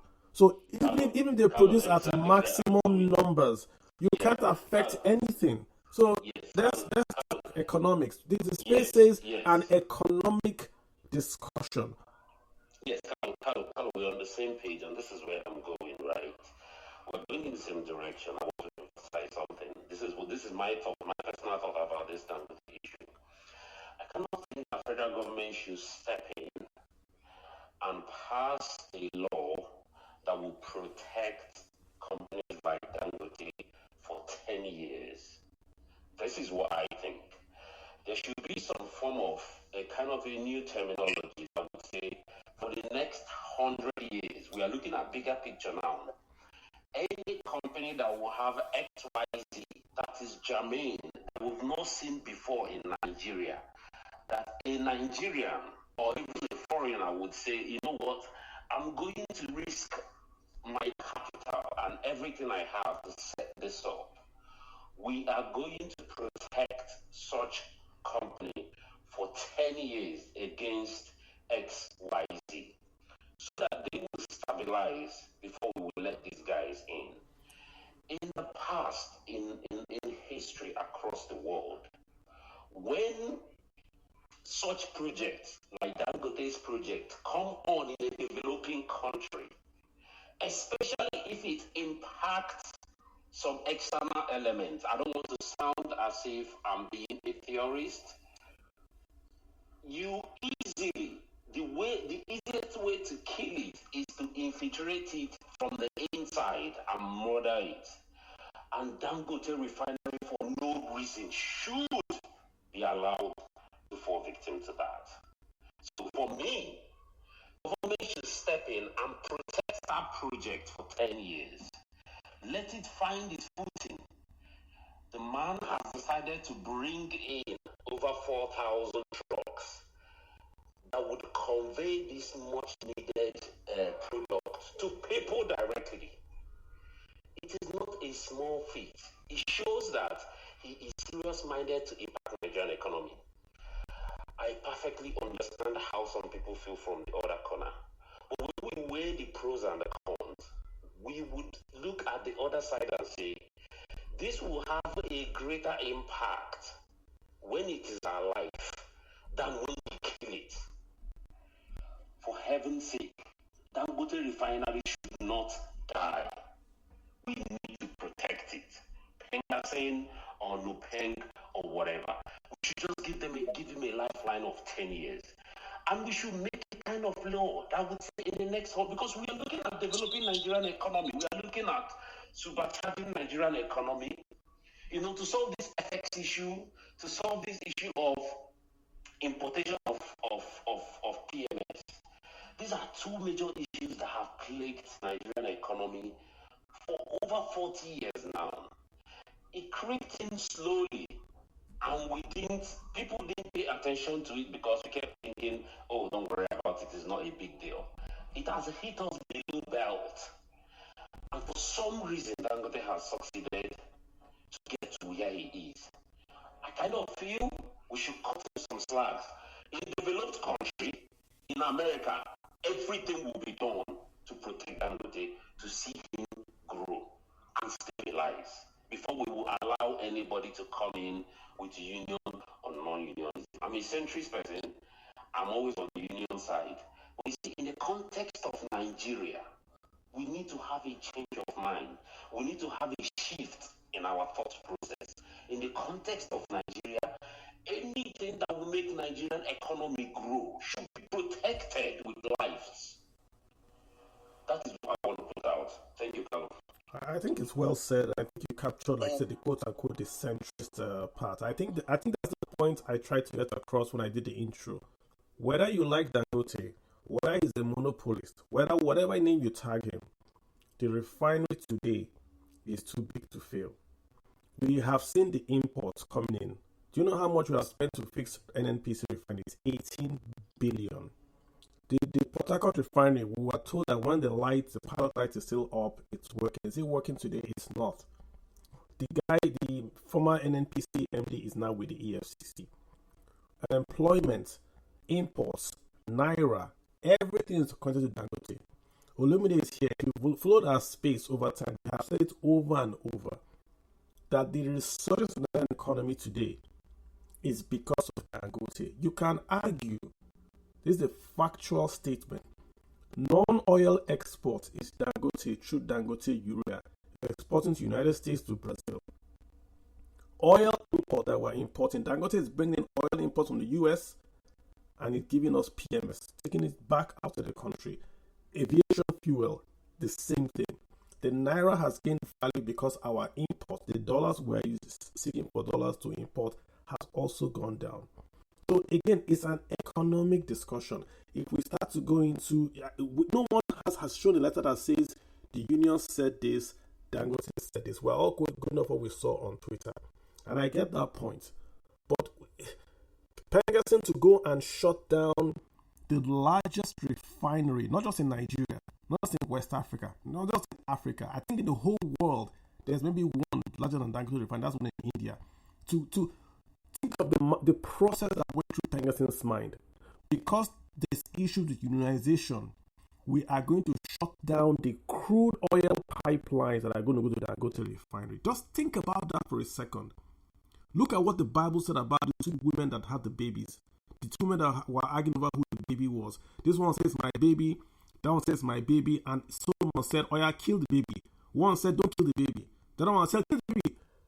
Who is trying to kill the baby today? Who is trying to kill the baby today? Whatever, like I said, whatever issues they have, the presidency has stepped in now, Abi. Will it not be resolved? Why shut down the crude oil pipelines? That would affect the Naira, cause fuel lines, cause your GDP to fall. Why go there? Why go there? Because you are a union. And this is why people, well, let's get us to speak. Luki, how does your name? Carlo, just give me 1 second, please. Like 30 seconds before Ruki goes. There was something that happened years ago, Carlo. I'm sure almost everybody here will remember the HITV. Then that took over the broadcasting of Champions League and Premiership. From DSTV. Yes, from DSTV. Can you remember that? It's High TV, right? Yes. And at some point, over 6 months, it was rumored that ITV was going to lose their license. And we all sat back and allowed ITV lose their license. Do you know what it meant? It meant that every money that every household in Nigeria paid to DSTV, 70% of it will flow to South Africa. I think we should start thinking economically in our politics. Our political stakeholders should start thinking broad. Like they should be looking out rather than looking in. If we saved that ITV, the bunch of money Nigerians we are paying to watch Champions League and Premier League would have stayed in Nigeria and created jobs in Nigeria. I knew 5 to 10 people that lost their job straight away because of that ITV. So we shouldn't let projects like this die for any reason.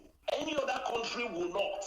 They will do everything possible. They will print money to protect such things. Because we're looking at the bigger picture. We're looking at the impact on the wider economy. This is not just an individual now. So please, that is my point. Dangote Refinery should not die. Thank you, Carlo. All right, let's get looking. Mr. Carlo, I want to make a contribution. Real quick. Quick. Engineer Wabe was talking about the pay disparity.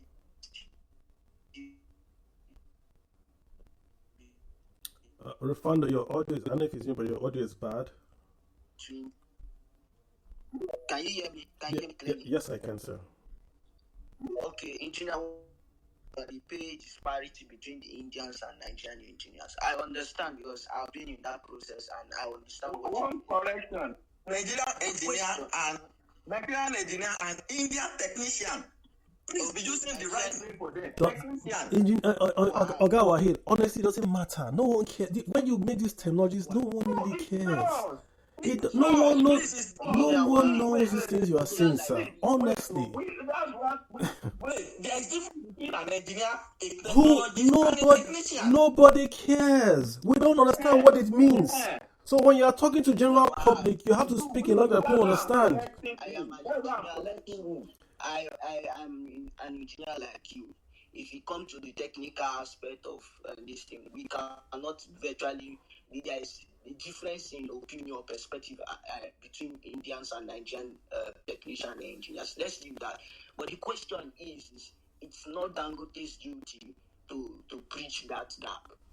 What is Nigerian Society of Engineers doing about it? Nothing. They are the ones supposed to make sure that gap is not created, not Dangote. It's not Dangote's job to reduce that gap.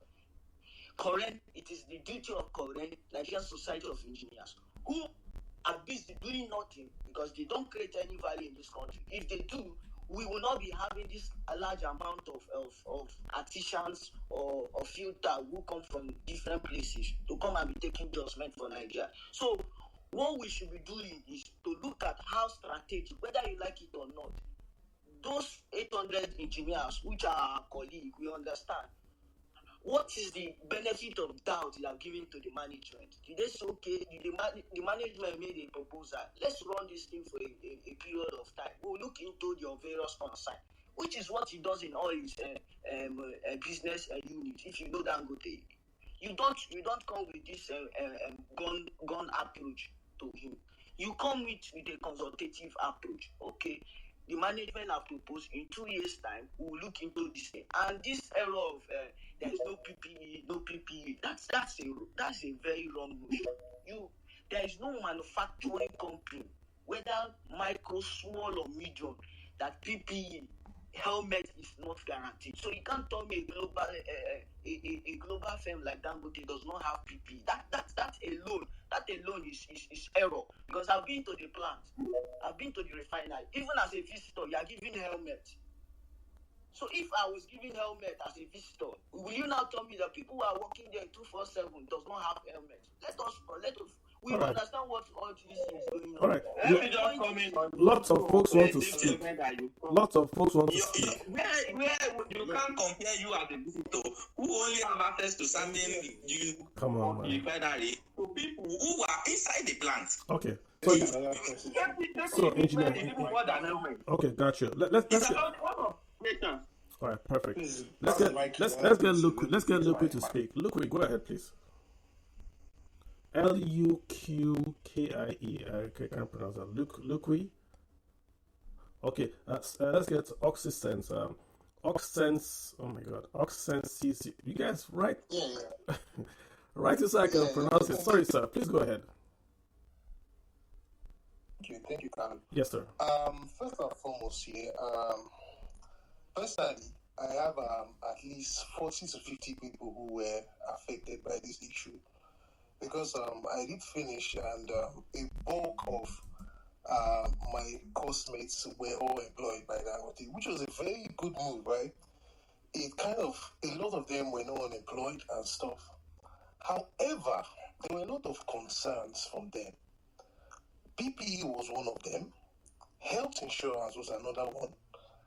And someone was speaking about upstream, downstream, midstream, every other stream. You cannot, for one, compare the salaries. Quite all right. That's true. However, the discrepancies they were speaking about between the foreigners and Nigerians was not just in terms of salary. We also had issues like feeding.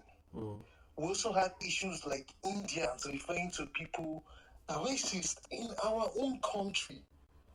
And now, this was what I said, and this was what I noticed in the whole problem. When Dangote saw Pengassin coming into his company, he did not want that to happen because he knew that Pengassin might not just on welfare, they would also have the capacity to shut down. They can go on strike. So that was not something he was willing to do quite all right. But the company itself was not willing to negotiate internally with the staff. Now, on the issue of health insurance, they spoke about their health insurance package not being able to cover most of the hazard or any other illnesses you face if you fall sick inside of the facility. Right? Now, those issues could have been dealt with internally within the company first, and there will be no reason for them to approach Pengassin or approach any other union. Because if Pengassin has the total control over Dangote staff, it means they own the keys to his facility and they can shut it out from outside. So you have to understand that where Dangote is coming from. But the company policy itself failed to address the issue, which should not have even gotten outside to Pengassin. In the first place. Right? This issue should not have gotten outside to Pengassin. Now, speaking about Dangote as a national asset and stuff like that, Dangote is a national asset, which is why he is supposed to be a role model to other smaller firms and companies. That's a I was good point. speaking to someone the other day, and let's say like filling stations and outlets like that, up to today, they pay fuel attendants 15,000, 20,000. If there was some sort of unions that worked with pump attendants, they will negotiate up to 100,000, 150. We're not saying pay them exorbitantly, but pay people the worth in this present economy and also look into their welfare. Like I said, a lot of my colleagues that finished were 2-1 graduates. It's not as if these people are technicians or finished bottom barrel in the class. These are people that felt, okay, we can work with Dangote, we can also improve the economy with our know-how, and being treated like trash. So my point here in conclusion, because I don't even want to waste a lot of time, I feel like the way the HR, the way the people in charge of staff in Dangote managed the issue was out of hand. They failed to manage the issue properly. It wouldn't have escalated to the point whereby you have to go and involve Pengassin. Pengassin did this, Pengassin did that, and whatever.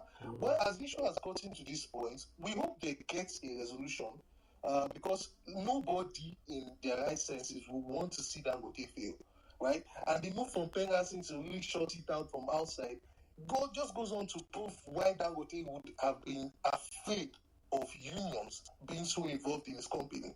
So I feel like they just have to find a middle ground, but absorbing the whole company from blame totally doesn't really cut it. That's a wonderful sentiment you just shared. Hold on, that's a wonderful sentiment. I just want to respond to him. I think it was a very balanced sentiment you just shared. that Dangote itself failed in its own internal, should we say, it failed internally, allowing the external parties to come in, and of course, we've now seen it spiral out of it. I very much like that sentiment share. I think Dangote has learned. Someone sent me a DM and said they work in Dangote. They don't want to put their name, but that Dangote they does not give. He said the same thing you said, that the meal allowance is 35,000 for the meal, and that they go to something hospital, Harlow Hospital. That's where they do their HMO. The Dangote sent to Harlow Hospital. So he shared that with me. I wanted him to send me more information. He said no, because if I send it to you, I'm not sure if with my own they can. So that's what he sort of correcting what you've said. So I think the message back to Dangote is they really have got to step up on their HR side. I think that's the message that they have to take from what people are saying. If Pengerton has come in to act as a pressure point to them, good on Pengerton. But Dangote has got to benchmark itself to world-class standards. It's not just pay, like you've said. We shouldn't be debating that when helmet or PPE. That shouldn't be a debate. That should come automatic. So if they're not doing it, they've got to do it. And I think that's a very, very well balanced comment that you've made. Doctor, you want to come in?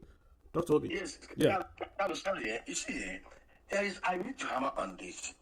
We hear the people say, oh, Dangote employed Nigeria's engineers, first-class engineers, 2-1 engineers. He's not treating them well as much as he's treating Indians and all those stuff. Carlo, I want to also weigh in here. I'll give you an example, Carlo. In the banking industry today, if you watch, most banks are having issues with their fintech and all those stuff. Because the smart guys there are moving out of the system, seeking employment elsewhere. Some of them are even living in groups out of Nigeria. Now, banks are going out of their way. If you go to any bank today, you will see that they are going out of their way to pamper and make sure that those guys in their IT department, those within the system, are retained. Now, you see, I hear this thing. I'm not defending Dangote. Like I said, I'm not a fan of Dangote, but I can tell you as an employer of level, Aliko Dangote is not dumb. To the level he has risen. And I don't think Aliko, for whatever reason, will treat shabbily. If you look at the topmost hierarchy of Aliko Dangote's company, most of them, from Alake to Nigerians, the topmost, except 1 or 2 Indians and Lebanese. We need to be very, very careful. I am not holding brief for him, but what I want us to understand as Nigerians, I have already said it, each and every one of us should stand and look in the mirror. As an employee, I knew quite well, working in different banks, that my employers never joked with me for 1 minute because I was always on the move. And the same thing within the system, where in oil and gas, whether in Shell, go to Shell. Most of the Nigerians in Shell are so respected. The current thing now was the longest Shell GM. So we need to. No, you cannot. Please wait. We just narrated it. Oh, somebody made 2-1. He made first class. He is not being valued. For Canada, if you have the values to add, and it's not, you want to get work and get something better. Thank you. All right, let's get Luke in, Doctor. Luke, L-U-K, I can't really pronounce it. Go ahead. Yeah. Good evening. Thank you. Can you hear me? I can, sir. Okay, yeah. So what I want to say is this. Let's remove, I agree, everything Dangote has issues with the HR department. But we have to get it into our head that Dangote is our star boy. You agree with me that Rockefeller in America back then, when they started the rail, they enjoyed lots of stuff. Monopoly, they enjoyed lots of stuff that the government knew, but they couldn't do anything about it until other players came in, until later down the road. Dangote too is in that phase. Let's not dispute that. Dangote too is in that phase. Yes, Dangote needs to step up, but we can't have a body. The way the unions are set up in Nigeria, the way they operate in Nigeria, if you don't play by their rules, they are going to mess you up. Union is supposed to be a thing that, yes, people don't like them, company owners don't like them, but they are not supposed to be that beast that every point in time, once you disagree, they'll find a way to get you. It's crazy. You have a union, how can a union just, how they're supposed to be how they're supposed to be employees themselves? That they want to shut down a whole company. From there, they will tell people that work in power holding, shut down the gas, the light to a whole state. Does that make sense? It doesn't make any sense, and that's where they miss it. So Dangote's point is actually they're proving his point. You know, they have to negotiate at every point in time. It's all about negotiation. We can't do that. We can't keep doing like this. It's somebody that is 80 billion over, I don't know how many billion dollar debt he's in. And he's doing it because he's even helping the company. If Dangote should go down today, the biggest loser will be Nigeria. It's not Dangote. He will claim. And that's the fact. So no matter how, you know, even when Dangote is behaving somehow, yes, we have to correct him. But at the same time, he's our star boy. We have to pamper him. He's our Ronaldo. We have to pamper him. We have to correct, but we have to pamper at the same time. That's the truth. Because we are acting as if we have other choices. We don't have any alternative. Okay. Who has not started any refinery? Nobody has started any refinery. That's the hard truth. There's no other option. That's why we say too big to fail. There's no other option unless we import. And if you import today, your naira goes to 3,000. So you can choose your poison. You can't eat your Dangote and have it. When have we had somebody open a company that is affecting another country's economy?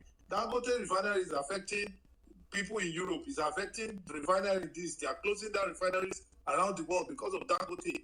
That is a plus, a positive for Nigeria. We call ourselves giants. It's not by mouth. It's by steps like this. Well said. Fine, he won't get it. He won't get it all the way, all round. But it's something that we can talk to him. Everything must not be fight. Everything must not be this. Everything must not be that. Like, we look at how big Dangote is built refinery. You just wake up tomorrow, you just see some people, Union, Peterson, they will block the gate, block the entrance, block the road. I mean, when you think about it critically, you go to Bloomberg, you read that the refineries in Europe are closing down because of a refinery in Nigeria. Then the same Bloomberg will say that trucks have blocked that refinery. So they're like, what are we talking about here? Can anybody come to Nigeria and invest? A country whereby trucks can just go and block your refinery? The same FDI, you're looking for the same FDI. So if I come and if Elon Musk comes here tomorrow, Pengason will go and block Tesla that he didn't have PPE. I get it, there's no PPE, but think about it, guys. Just think about what Bloomberg will say. We keep on saying we want to be independent. I get it, we want to be independent, but you are still tied to them. Yeah, but the honest truth is just that businesses are not protected as much by the federal government like it's in other countries. Look at the stock market, for example. How many listed companies get contract directly? You know, I listen to every speaker and they are merit. But the reality is that it exposes the underlying problem in the Nigerian business world. We don't really have that coverage. You can see somebody setting up a company 6 months and within 6 months and I was playing a titan just because he has direct contacts with the president and things like that. So, you know, for me, I think the deal has been done. I think the damage can still be controlled. Latest news shows that the federal government is making moves to settle. I think it should go beyond that because that is how, to me, is half-baked. Like what many speakers highlighted, the underlying issue is the business climate in Nigeria. It's difficult for businesses to get in that leeway.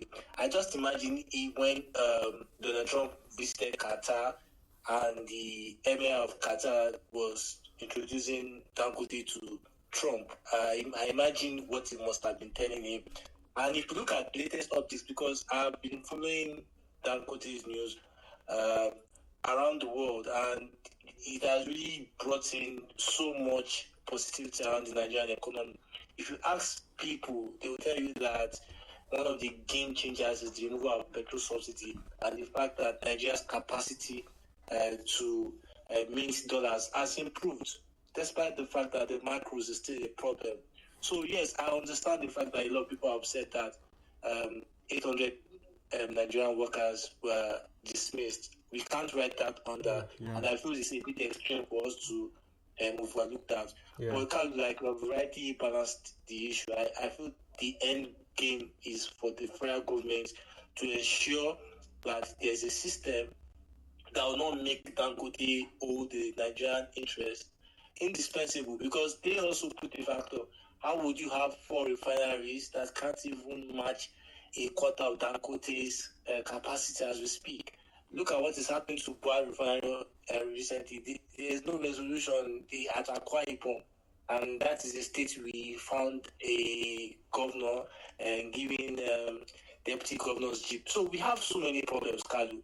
If you look at the ones that are coming in, the president, we thought that they're going to sell it at a discount. I was even saying they should turn it into inventory because many players don't want to buy it. Now we are talking about spending billions of dollars to really. So we really have problems, and I think for me, Dangote really has a lot to prove because he's going to list in the next coming years. He also has to pay creditors. People are not talking about that. Billions of dollars. We also need to ask, why did NNPC default? In equity financing. Why that's also enough for Dangote to be less interested in the macros around the Nigeria. But I think patriotism also, because the man has said it that he really wants to take Nigeria out of the dependency of petrol. Okay, let's just talk. Let's talk as if we're. So Dangote made a statement. Dangote said that there are many Nigerians that are more liquid than him, but keep their money in Monaco. You made that statement, right? More money in Monaco. Do you think any Nigerian that is as liquid as Dangote that has money in Monaco, do you think anyone is going to come to Nigeria and do a steel plant or whatever? Do you think they will do that? Because Dangote has proven. So Nigeria is a nation of stories.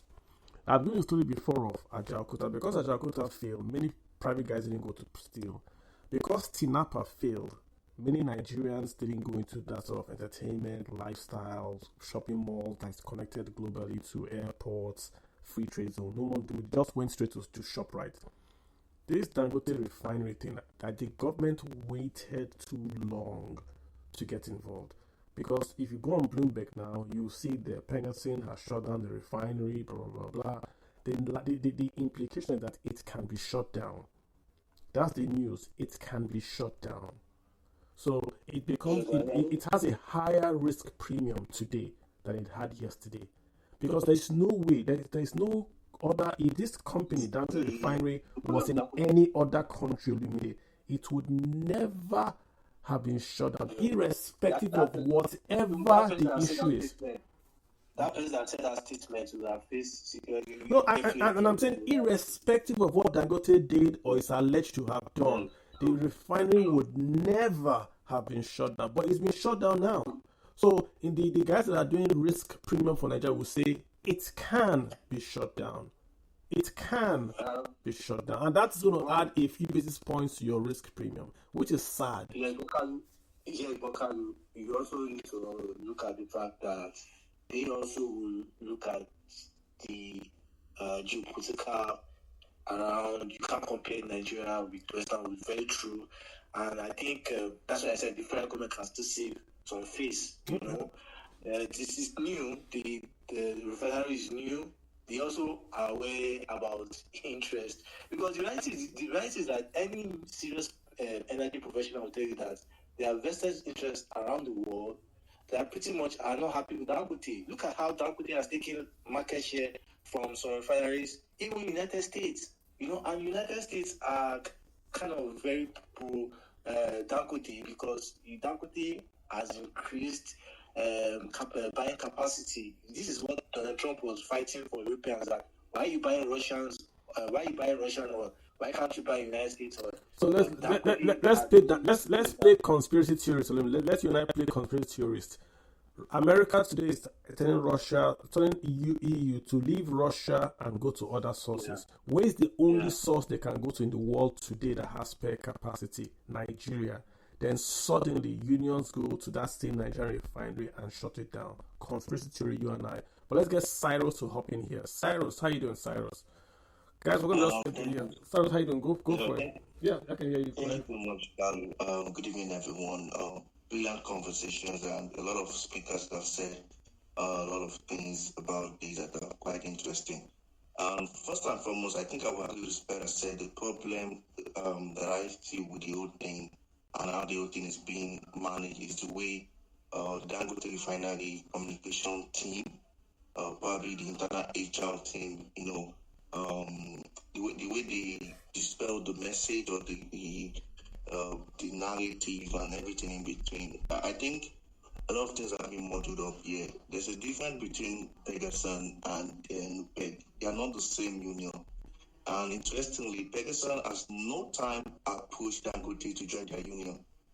You could fast check me. They have no time approach Dangote or even Dangote staff to join their union, because this is a very dignified union that has a lot of stake in different companies, firms, operators, marketers across the country.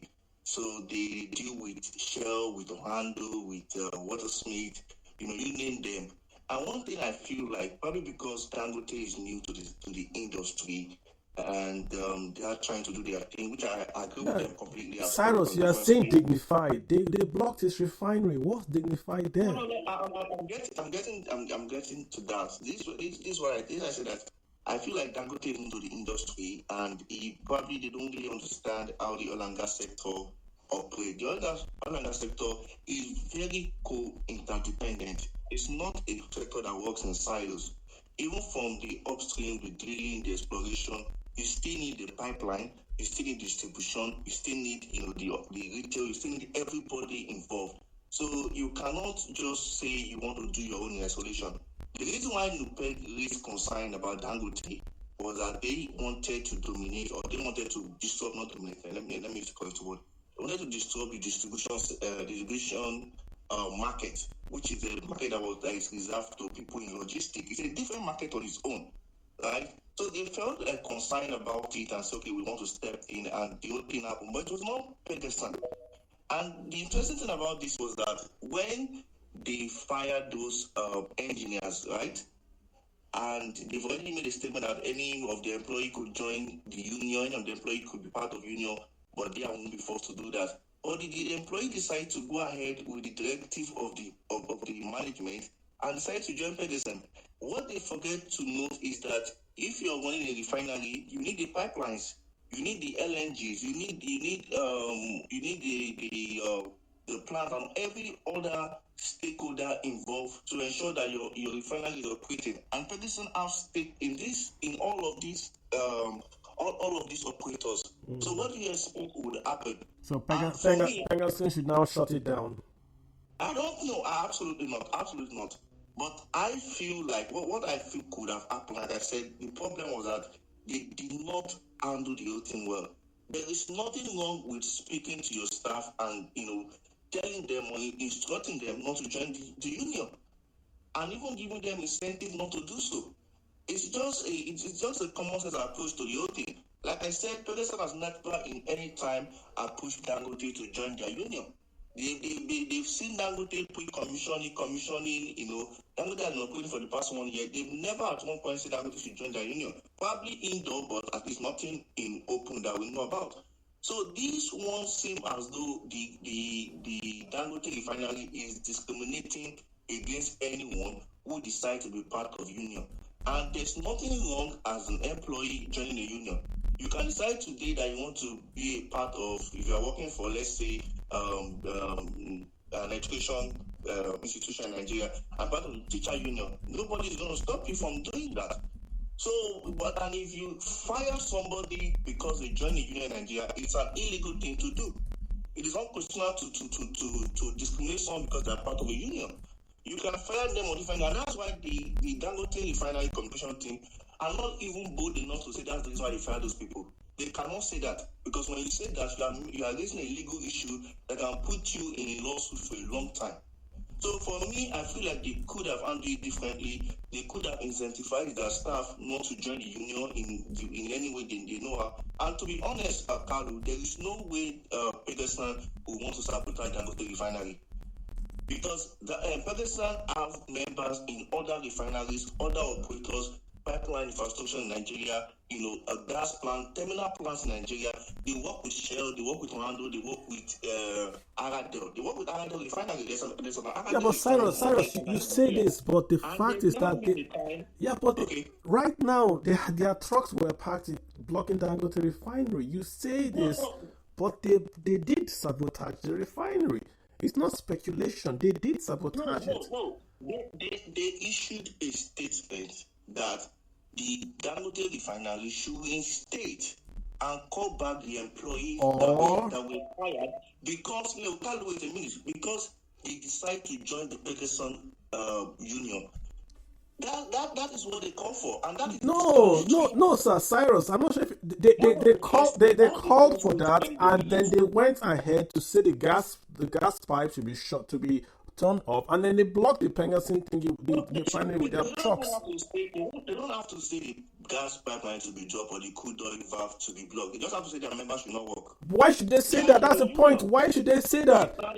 Yeah, they can say that. They cannot say that, Cyrus. They're an essential service. Essential services cannot go on strike. It doesn't matter, Cyrus. They cannot go on strike. They cannot. So are you saying the Nigerian army can say because they're not paying us salaries, we're going to go on strike? Because they have union? They can't. Police can't go on strike. Essential services cannot go on strike. You can't say they can go on strike. I'm not saying whether they're right or wrong. I'm saying they cannot go on strike because they are essential services. They can't go on strike. But no, oil operators can go on strike. For example, pipeline operators can go on strike. If they are essential, they cannot go on strike, Cyrus. It doesn't mean how they've gone before it was right. I'm saying that the essential services cannot go on strike. That's the point I'm making, sir. I think the problem we have in Nigeria is that people don't understand what really is critical. Like, for example, if you look at... Just 1 minute, please. I just want to... If you look at the French, for example, when they are protesting and everything, you don't see anything about nuclear. Because most of the electricity that runs in France is nuclear energy. And even manage to work in that institute, you must be a French citizen. They don't even allow foreigners to tell you how sensitive it's really critical. There are certain things is national. So the problem we are having in our system, that's why I said we also have a political issue, is that we've not labeled certain things critical. Like, I know what Carl is saying, but from your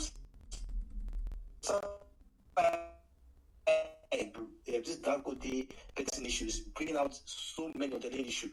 I've always said it before, that what is the advantage of listing a business in a stock market that opens its books to shareholders, to the public, and you have a private person take advantage? You don't see that in the United States, you don't see that in Germany, you don't see that in Japan, you don't see that in China.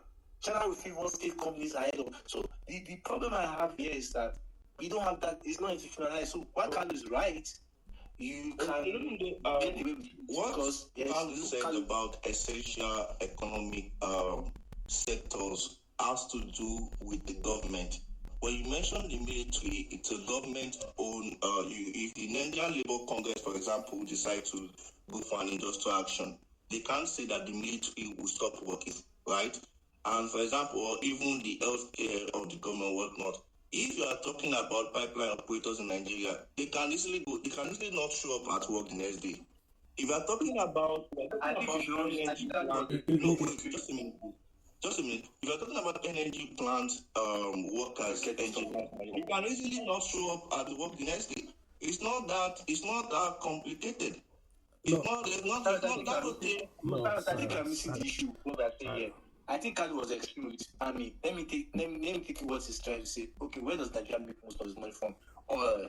Do you understand? Oil. Every day we sell oil, right? And so you're saying that if there's an issue, it could go on strike. If there's a cost, do you know how much the country will lose per day? On public holidays, for example, like the issue we are facing here in Europe is, for example, they want to cancel because the country is in so much debt. they want to cancel 2 public holidays to save $15 billion. And the people are saying no, they don't want that. That will just tell you the effect of just locking a day off in the economy. Now, you're telling me that now, because we are having an issue, pipeline operators can lock where companies' energy really are distributed. These are critical things that this is the Nigerian economy where the DSS is going after Twitter because of a post made against the president. What I'm saying is simple. If they decided to come to work, they all fall sick with malaria. No problem, it's malaria. But if they have a meeting, and at that meeting they agree that all of them will not come to work because they want to pressurize the management of a company to do something, it is illegal. It's an essential service. They cannot use their power as a union to stop an essential service, whether they are right or wrong. That's why the Nigerian law has got many steps before you strike. You have to give notice. There's industrial court. There's arbitration. The Minister of Labour has got to talk to you. They appoint an industrial panel to also talk to you. All these steps are fail breaks that will say before you can go on strike, the government would have been aware of it, would have tried to interfere and resolve the issue.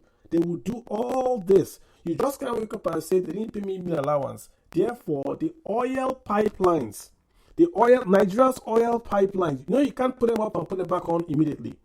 You just say, let's put it up. Let's say we had a Jalkuta steel. You now say, okay, off the furnace. Put the furnace off because we're going on strike. You don't do that. That's why you have the law clearly states the processes. You give notice. You go for AIP. Go to industrial court before you can even go on the strike. That's the reason why they have those stop gates there. It doesn't matter if you are right. It doesn't matter if you are wrong. Essential services cannot wake up, agree together, and go on strike. It doesn't work that way, sir. I'm not saying whether they are right or wrong. I agree with you to the point that Dangote, we've been clear. Their HR, their PR folks have not communicated this thing well. The government also has been too slow to step in and say, hey, stop this thing. It's giving us a bad image internationally. This is affecting our bond rating. If Dangote goes to raise bonds tomorrow, he would pay an extra basis point because of these issues. He would pay. And who pays? You and I. When it comes to raise equity, we're going to pay more for Dangote shares because of what has happened over this weekend.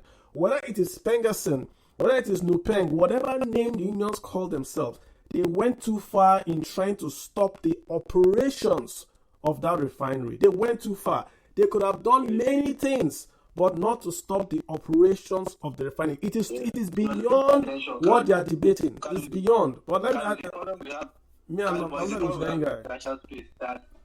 It's a problem now we inherited from the political space that's coming. I'm not, like I said, an economic discussion. We like extremism and we like this fight take. We feel that we must use our last card even at slightest opportunity. I think it's a problem in the system because if we look at social media, for example, just a small issue where it can be settled where we must go for the last card. Either we cut the person's head. I mean, it's a weekend now. This thing it's been for like a week, and you are shutting down the largest refinery in maybe sometime for a week. Let Cyrus, do you want to say more? I'm going to go to Iche. Cyrus, real quick. Let me just wrap it up by saying I completely agree with both of you that the both sides are they impose an extremities in a situation that could have been settled, behind closed doors. I don't see any reason why, for example, Dangote Refinery would fire local engineers. By the way, who were there during the pre-commissioning. Many of them were there because they need the refinery experience for the first time. And these guys are mid-level workers. Some of them are people that have spoken to me directly, and they told me that they did not see it coming. And what the refinery statement that they gave was that they want to sabotage the refinery and they want to score to the operation, which is not true. I think these are extremities that could have been avoided and things could have been said to. I feel like in Nigeria, there's no free job, there's no job. So for someone to wake up, a family of 2, 3 breadwinner of his house to wake up without a job, 800 Nigerians, these are going to be absorbed in the economy also, and also have an economic effect. And lastly, I think, like you said, Kalu, I agree with you completely that it's an extreme measure, but like I said, Peterson is just trying to get attention from the government and from Dangote Refinary to reinstate those guys back. And I want to believe that if it is resolved, those engineers are, reinstated back to the refinery so they can have their job back. All right, we're doing fast rounds here. Thank you so much, Sarah. We're doing fast rounds. Iche, go for it. Let's just adult. Sorry, folks that are trying to speak. I apologize. We've been caught up. We're going to just do fast rounds. Iche, go for it. Let me just make sure everyone is going to be. Iche, you got the floor. Yeah. Okay. Hello. Good evening. I'm listening at some point. The network threw me off. I don't know my network. I'm actually at work.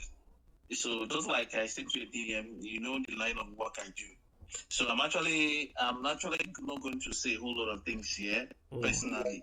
But I'm just going to. I read your DM. I know where you're coming from, but go ahead. Yeah. Yes. So I'm definitely going to be a bit restricted in things I say, but I'll definitely get to set the record straight. So for me, number one, we spoke about the issue of Benghazi shutting down the pipeline. I think that is an extreme measure. Because if you check, the impact is going to happen. That refinery, the Dangote refinery, is not something, it's not like your car. You can easily just put in a key and start it up. If you ever shut it down, you might end up spending the next 3 months trying to start it up. You can imagine what it means, like 3 months trying to start it. The reason is that there's a whole lot of complex units there. Like in a single unit, there might maybe in 2 weeks, just 2 weeks, they're still trying to ramp it up, and it works in sequence. Like for you to start producing petrol might even be in the next 3 months, because the reason is that because A and B that were supposed to be in place are not yet up. So those things happens in sequences, and that is why it's more like a continuous process.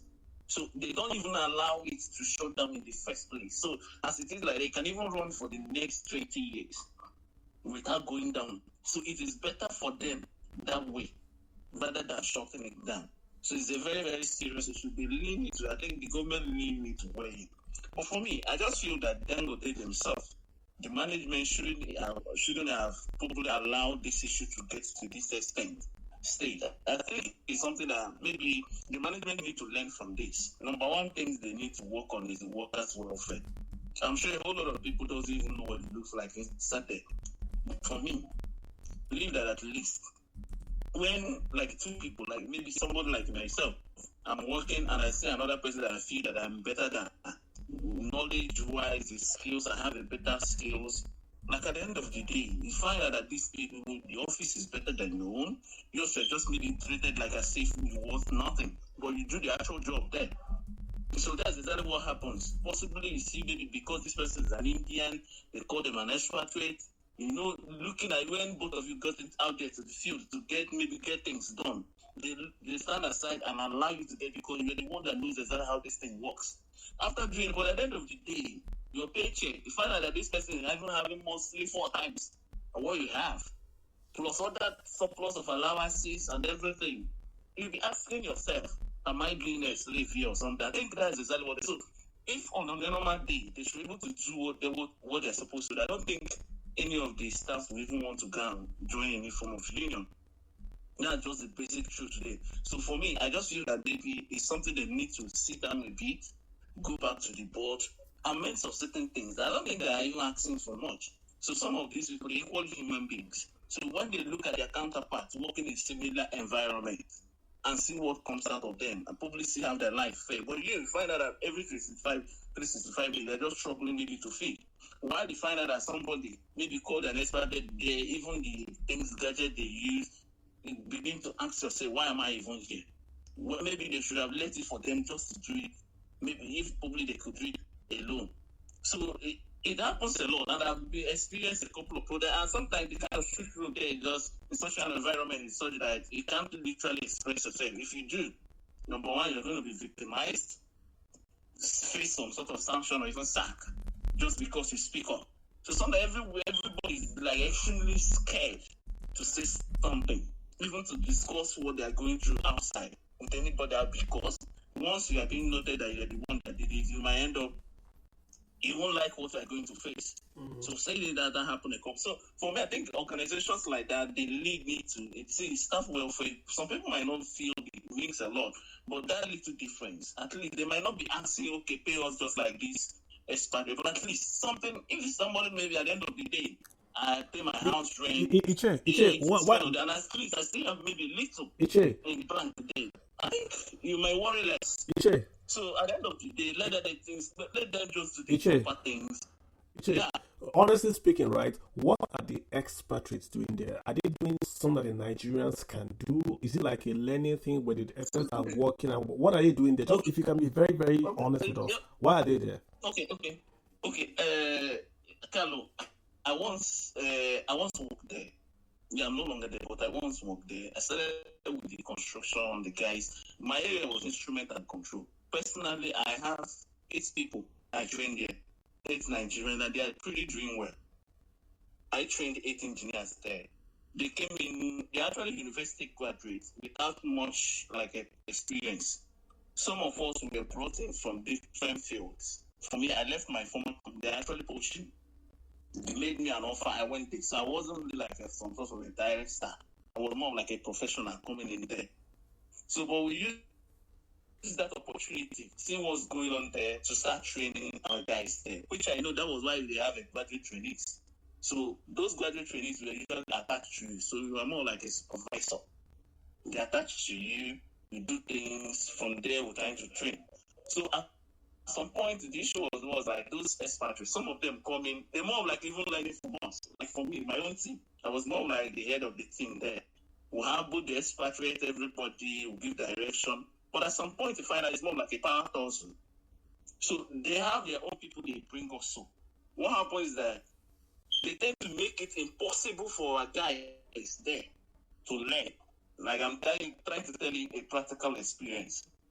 So in the very most of that, because probably they might outnumber you in some ways, maybe because of the hierarchy of how things works. So some of us, because of maybe we have nothing to lose, and coming from how some of us came in there, we are not scared of anybody. Because even if I can wake up tomorrow and tell I'm not working again, I can leave. No, but if you don't mind, I want you to just very direct. Why do they have them? Again, I'm asking again. Are they technical people that are training the people? Or if they go today, will the refinery still work? Just want to just get really personal with this. No. Okay. Carlo, to be fair to them, okay, some of them are actually highly technical, but a lot are not. They are just more like the ground level, equally trying to learn. A couple of them actually learn on the job there. So it's more like at the same part with our people. Apart from those top managers, the managers of this, the supervisors of this, those are the ones who can actually say, oh, these are highly skilled in this area. Our people are equally there at the same level.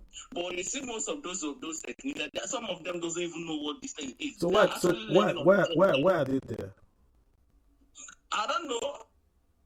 Honestly, I don't know. Like I told you now, when I was there, I knew people, even among those expatriates, went through me. They became more like before you spend 2, 3, 4 months a year with them, they becomes good. They have learned it. But initially, when they come, you find that they don't even know, can't differentiate A from B. They tend to learn from there. Immediately they learn, they tend to bring more people of their own people there to learn from them. But immediately that starts happening, you see them trying to shield our people from it, trying to learn more.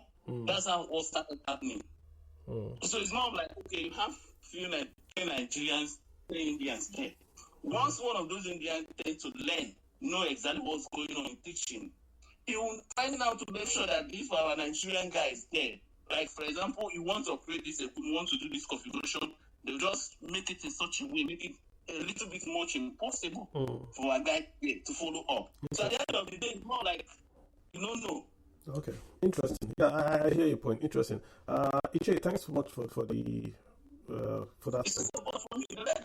I believe Dangote should not be allowed to go down for any reason at all. It's something that all of them can sit down in the table and work out. That's just my own thing. Yeah, the Minister of Finance has released a very, very lengthy statement. The Ministry of Finance, he has stated that the crude for Naira is still going on, and they're also talking with the Pengasin and the Dangote team that there will be no issues with fuel, with outage of fuel products. So the Federal Ministry of Finance is on it.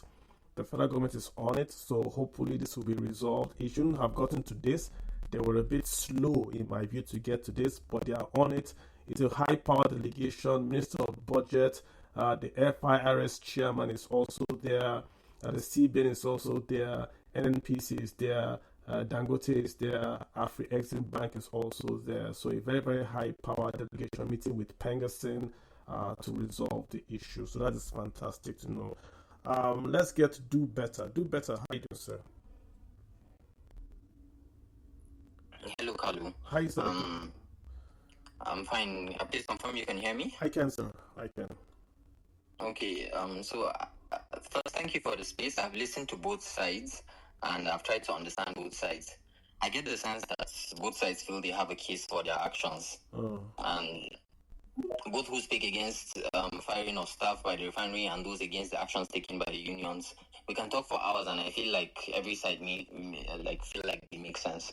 So first, there are just some misconceptions in the conversation that I just want to first clarify. For me, in my experience, HR does not exist to protect the interests of staff. HR exists to protect the interests of the company, whatever company. So we can't really expect HR to have been proactive in looking out for the interests of the Dangote staff. For the second part is I think the speaker earlier, Winnie, I think was her name, was not happy with the way he runs his refinery, and I get the last speaker also is not happy about that. But at the end of the day, no one is forced to work. As a zero-sum game, this refinery, like you've kept on saying, is critical to Nigerians. So as a zero-sum game where Nigerians are the main consideration, this refinery can't stop. So no one is forced to work. You can leave if you think he is not running his refinery the way you want it. And about staff packages, both local and displaced staff, I think this is a common thing in international businesses as well, that staff who are displaced get a separate contract from staff who are local. And this I think is normal for at least for the international companies that I've worked for. Displaced staff always have a better package than local staff. For the disparity being as high as the last speaker said, well, I feel that is something that, yes, it underlines the need for a union, but I don't know if Pengasyn or an external union, and I'm asking this as a question to you, Kalu, and to other speakers more knowledgeable in this field, that are internal unions a feasible solution in this thing? Like, could there be a Dangote refinery workers union where staff welfare can be discussed with HR, who will be representing the company in their rightful place, or is this also like something that is not possible at this time? Then the last thing, sorry, you can answer when I say the last thing, because that would be my last contribution. I believe that unions should not have executive power. I don't think anybody other than Tinubu should have the power to shut off our pipeline, shut off our electricity, shut off nobody. And the reason why the executive even has that power is because there are other types of government, the legislative and the judiciary, that can check his power. There's no way that a union can wake up in the morning and just say shut off the energy sector. Like, it doesn't make sense. For me, honestly, I read the last letter from Dangote where he described it as a terrorist act, and that's my perception of it as well. This is economic terrorism. Like, how do you wake up in the morning and assume the power of the executive power to put so many people under such distress for employee benefits? Come on. So that's about it for me. Yeah, I think there's a lot going on that we will never ever know from a space or from statements by two parties at war. But I think the issue is this, right? There were issues in Dangote internally, and I think the staff wanted to have a third party with quote unquote power to come on their side. Yes, you can have your internal union, but if the management says no, what do? You remember, you are paid by the management. So usually unions are third party because they should come in and act as a force multiplier on the side of the employees against the employer, which is what Pengasyn was supposed to have done. So I don't think they were wrong in going to Pengasyn. I feel where it really broke down was Pengerson adopting this militant approach to say we're going to shut you down if you don't hear us. They can say they've negotiated, but once you put the options, like a doctor telling you, hey, Kalu, take your multivitamins. If you don't take your multivitamins, I'll shoot you with a gun. What is that? The multivitamins are good for me, but if you're going to shoot me with a gun, it's a different topic entirely. So they could have negotiated with Dangote. Dangote knows that they're a powerful union. They, like someone has said, they control pipelines, they control this, they control that. So negotiate from a position of strength and say, hey, this is what your employees have said. Can you do this for them? And all that. But once you go in there, look at the language they are using. We're going to do this, we're going to do that. Then they actually go and say, hey, shut down the oil pipelines. Now, what they've revealed is that it is possible to shut down the oil pipeline. That's what they've revealed out into the open. So it's just the manner, I just would say the manner of approach of the Pengerson guys, I think is where I think has what's going wrong. They could have come back to Dangote and say, hey, call this pull back, address the PPEs, address all this. Don't worry, we will step back. But call them back, address the issue they have raised before us. We will step back. But you go ahead and address what they have said they wanted you to address. And then we are going to leave your refinery alone for you. It's a private company. Dangote can't just simply say, because we are strategic, therefore we can do what we want. You can't shut us down. That will also be bad on their part. But I think both sides have to agree. There's not a big disagreement. They're not talking environment, pollution. It's not like a Guniland issue. It's a simple issue that you can sit down, like they've done, sit down over lunch. What is the issue? How much is PPE? PPE cannot cost $1 million to kit everybody in Dangote and every Dangote company. So I would hope Dangote would just send someone to. We brought a guy here to this space that does PPE in Nigeria. A guy on this space that is world class. Go there and tell these guys, give them 10 kits of PPE. That's if you can bring in 4,000 trucks, supply every worker PPE. If you go to Amazon, they have what's it called, like a vending machine. You go to the vending machine, you plug in your information, it gives you PPE on the spot. This is not issued to you. This is like an ATM machine in their office for their staff. So when you come in, you hit the machine. You want a glove or you want eyeglasses, you hit the machine. It disburses it to you right there. Maybe you have PPE at home. That's how Dangote. Don't give any allowance for anybody to come and say there's no white. How can Dangote be debating white helmet? Come on, man. Ibrahim, hop in real quick for us, Ibrahim. Yeah, thank you, Kalu. How you doing? Good evening. Yeah. I'm good. Yes, How sir. are you doing? Doing very well, sir. Go ahead. Yeah, I think you've nailed on what I wanted to really talk on. I think for me, Nigeria really needs a consensus. We have to find a way for elites to agree that this is where the country will go, and these are no-go areas, because these are the things that will protect investments like this. $20 billion is not a simple amount of money to put into the country. And 2 years to the start of the project, we're having issues like this. I believe what I've seen missing in this, Pengerson, Dangote Refinery, these are elders, these are senior management people with years of experience. I thought I would see emotional intelligence in play, engagement happening, kind of regulating themselves and saying, okay, we need to discuss A, B, C, D. But within 48 to 72 hours, what do I see? I lost you. Can you hear him? Are growing up within the country that there are ways to solve problems, not only this fire and breach. Lastly, I think this refinery is a big refinery. It only started 2 years ago. I believe sectors have standards, but you don't expect a massive refinery like this within 2 years to be at the level of companies that have been in existence in that sector for 40, 50, 60, 80 years.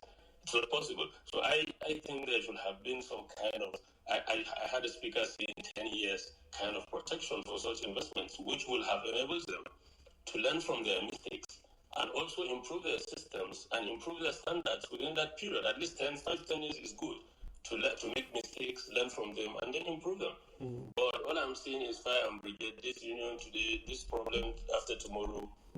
This investment really needs to be kind of a start of Nigeria's development. We need more people to say, okay, if this guy can do this, we can do it. And people should not be afraid to do it. True. But if we're fighting over small things and small issues, who else will bring his investment to this country if we're moving like that? So I think we really need to have a different approach to the way we do things and to really our thought process. Everything is not about fight or it's either you are down or I'm down. That's not the way life is. So we just have to improve the way we do things. So thank you so much. Appreciate your comments, sir. That was well taken. I am Ajunwa. You've got the floor. Ibrahim, thank you so much. I am Ajunwa. Please go ahead, sir. I am Ajunwa. Please go ahead. Oladele Olamide. Oladele Olamide. You've got the floor, sir. Thank you very much. Hello. Oh, Olamide, can you just hold on? Ajunwa, please go ahead. Then Olamide can go ahead after you. Ajunwa, go ahead, sir. Okay. Yes, thank you very much. Okay, now, I would say that both Dangote and even the Pengasing and government are all at fault in this. Yes, we've not heard the truth from everybody. Dangote says they did not fire these guys because they joined union. Let's believe them, right? In the coming days, we'll find out who's saying the truth. Pengasing says these people were fired because of they joined the union.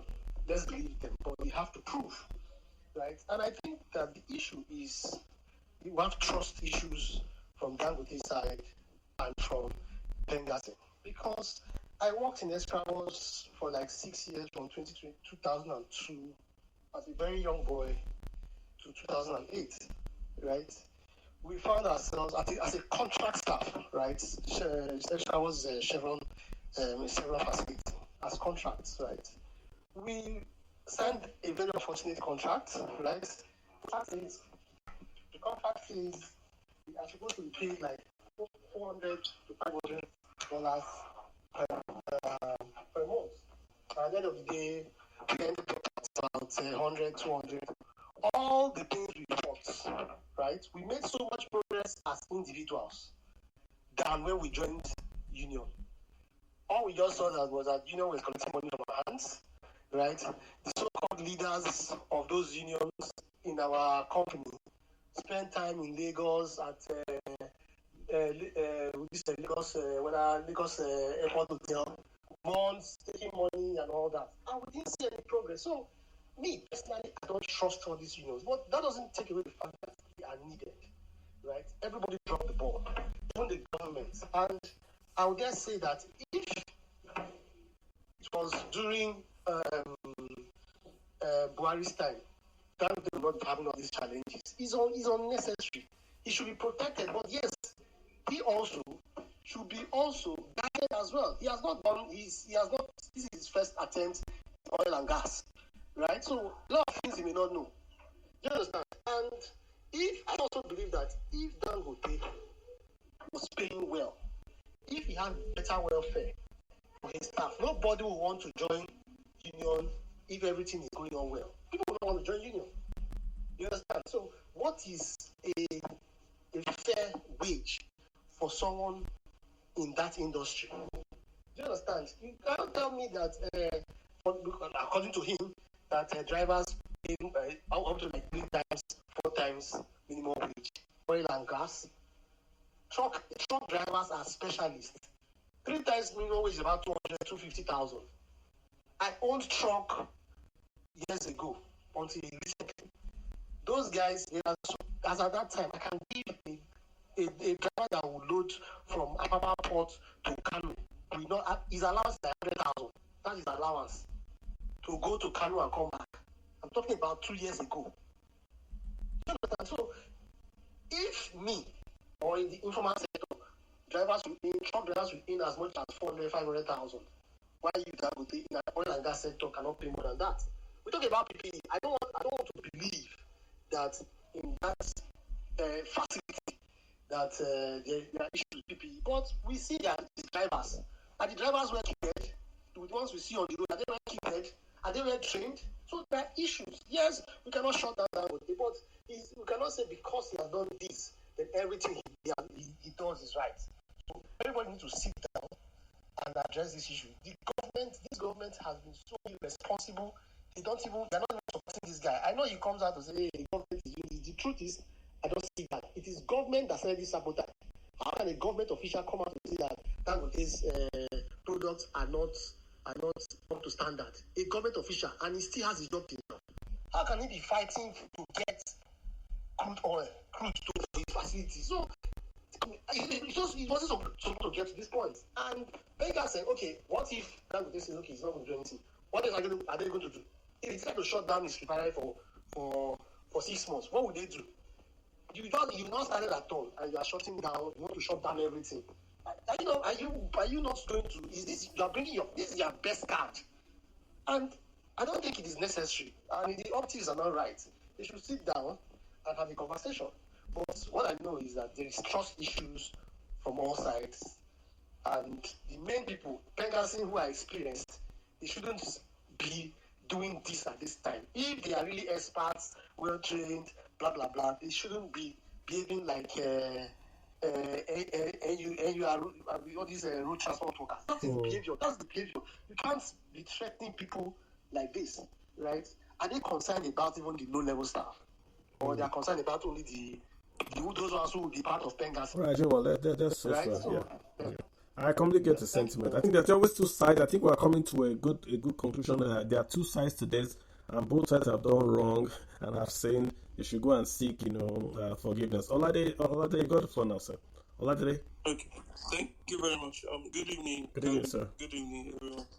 Okay, so to your first question, you asked a question the other time. You said you asked why are the Indians, the expatriates, why are they working at the refinery? Yeah, so I just think I believe it's because of is that the influence of the vice president, that's Dev Kuma Edwin. That's just nobody told me, but I just sense. No, but why are they there? We know he's in there, but why are they there? Like they just can't be there. At his influence, probably he has people at back in India that he wants to help. You understand? That's how things work. I believe he influenced. I believe at his own influence. Okay, I got a DM here. Somebody is saying that I also work in Dangote, and yes, there are Indians there, and it says that they will learn faster and are doing the job faster. That's what this guy is sending me a DM now. And I understand what you're saying, that because the VP is Indian, he's brought his own people there. Fine, but remember that the Nigerians who are trained in India, Indians also built the refinery. The Indians built the refinery also. We just can't say it's because he wants to bring his people. They built it. Go ahead, Lindy. Nigerians, in fact, they got Catherian jobs as expatriates. Can you remember? Yeah, he was saying that, yeah. Maybe these ones won't go to Qatar, but I think the point that we just can't simply just say the VP is Indian, so he brought Indians. Indians built the place. And forget the refinery. If you want to build a house in Lagos today, who does your POP? Let's be honest. Who does your POP? Today, just be honest. Who does your POP in Lagos? I heard there are Togolese up there. Yeah, because we don't have all this like welders. We have that skill gap in Nigeria for real, not the engineers that are go to school and get BSc, but those guys that get their hands dirty. Look at vulcanizers. We don't have that skill. I don't know what's the word. That skill level in Nigeria is lacking. We have POP guys. If you want to do electrician work, who do you call? Do you see how many Nigerians do you see there? So we've left that education to life follow, and I think we're paying for it. Because why would they import Indians? If Nigerians could do the job, honest, do you think they really invite? I'm asking, would they really import a lot of Indians if the Nigerians were available to do this job? Like the Nigerian truck drivers, they haven't imported any Indian truck driver because they're Nigerian truck drivers. But if they don't Nigerian truck drivers, they would have imported Indian truck drivers too. I think. But go ahead, sir. Make your point. I don't want to take it away. Yeah, okay. So I'm a huge fan of Dangote. You understand that?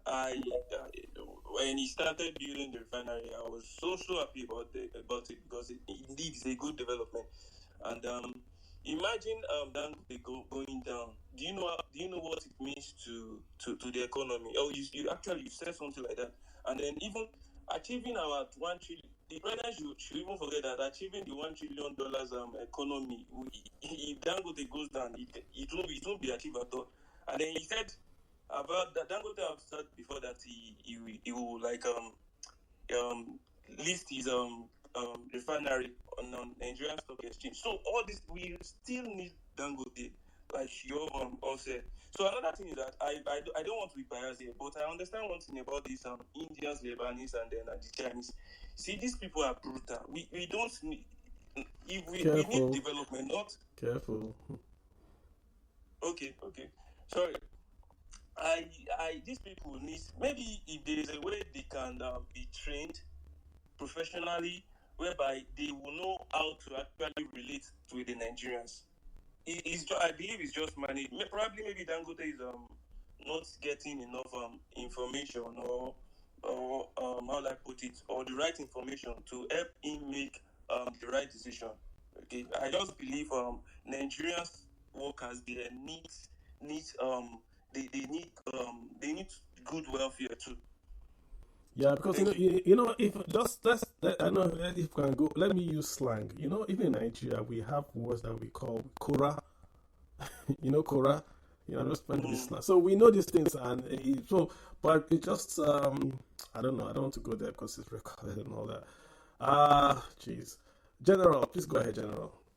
Guys, we've got a few time to round up. I think we had a very, very spirited discussion. If you've been listening, I think you've gotten a better sense of what's going on in the whole imbroglio between Dangote and the parents and the unions. There's a lot has happened. I think with this space has tried to bring all those options open. We've had a very, very open space. I have my own bias, but I try to keep my bias out of it and not allow the space to go on. All I've said is that Dangote is a strategically important sector in Nigeria. So with that in mind, we should run any negotiation with that in mind. General, please go ahead. Thank you very much, Carlo. And if there's one thing I'm happy about the way, can you hear me? First of all, yes, I can. Good evening to everyone as well. Sorry I didn't start that way. Now, if there's one thing I'm happy with about this space is that you, Carlo, are beginning to take sorry, and this is no attack. I followed the conversations. I saw your opinion that you expressed there, but please don't. I don't. You don't misunderstand me. But the fact is that you are beginning to see that this is a wider issue.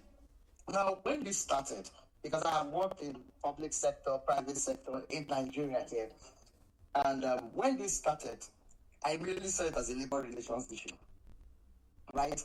And the problems. This got deeper because trust, trust is a currency in itself. And in Nigeria, there seems to be a lack of trust among maybe Nigerians and industry players for Dangote's, about Dangote's motives. So this whole thing the lead up and the run up to this whole situation, there was the Nupeng issue, right? Because of the trucks Dangote had acquired and was bringing in, and you will agree that a lot of the Nupeng guys argued that Dangote was taking over another industry, even though related to his refining, but he was kind of stepping into their own space. So that is one issue. The other thing is that we know capitalism can be excessive if unchecked, right?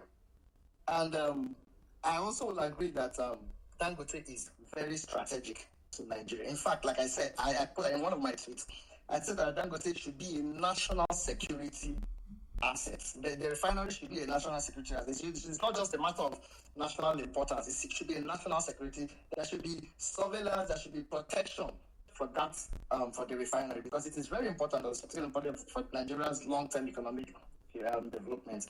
However, unions are needed to moderate capitalism in a way, and that's what they all do.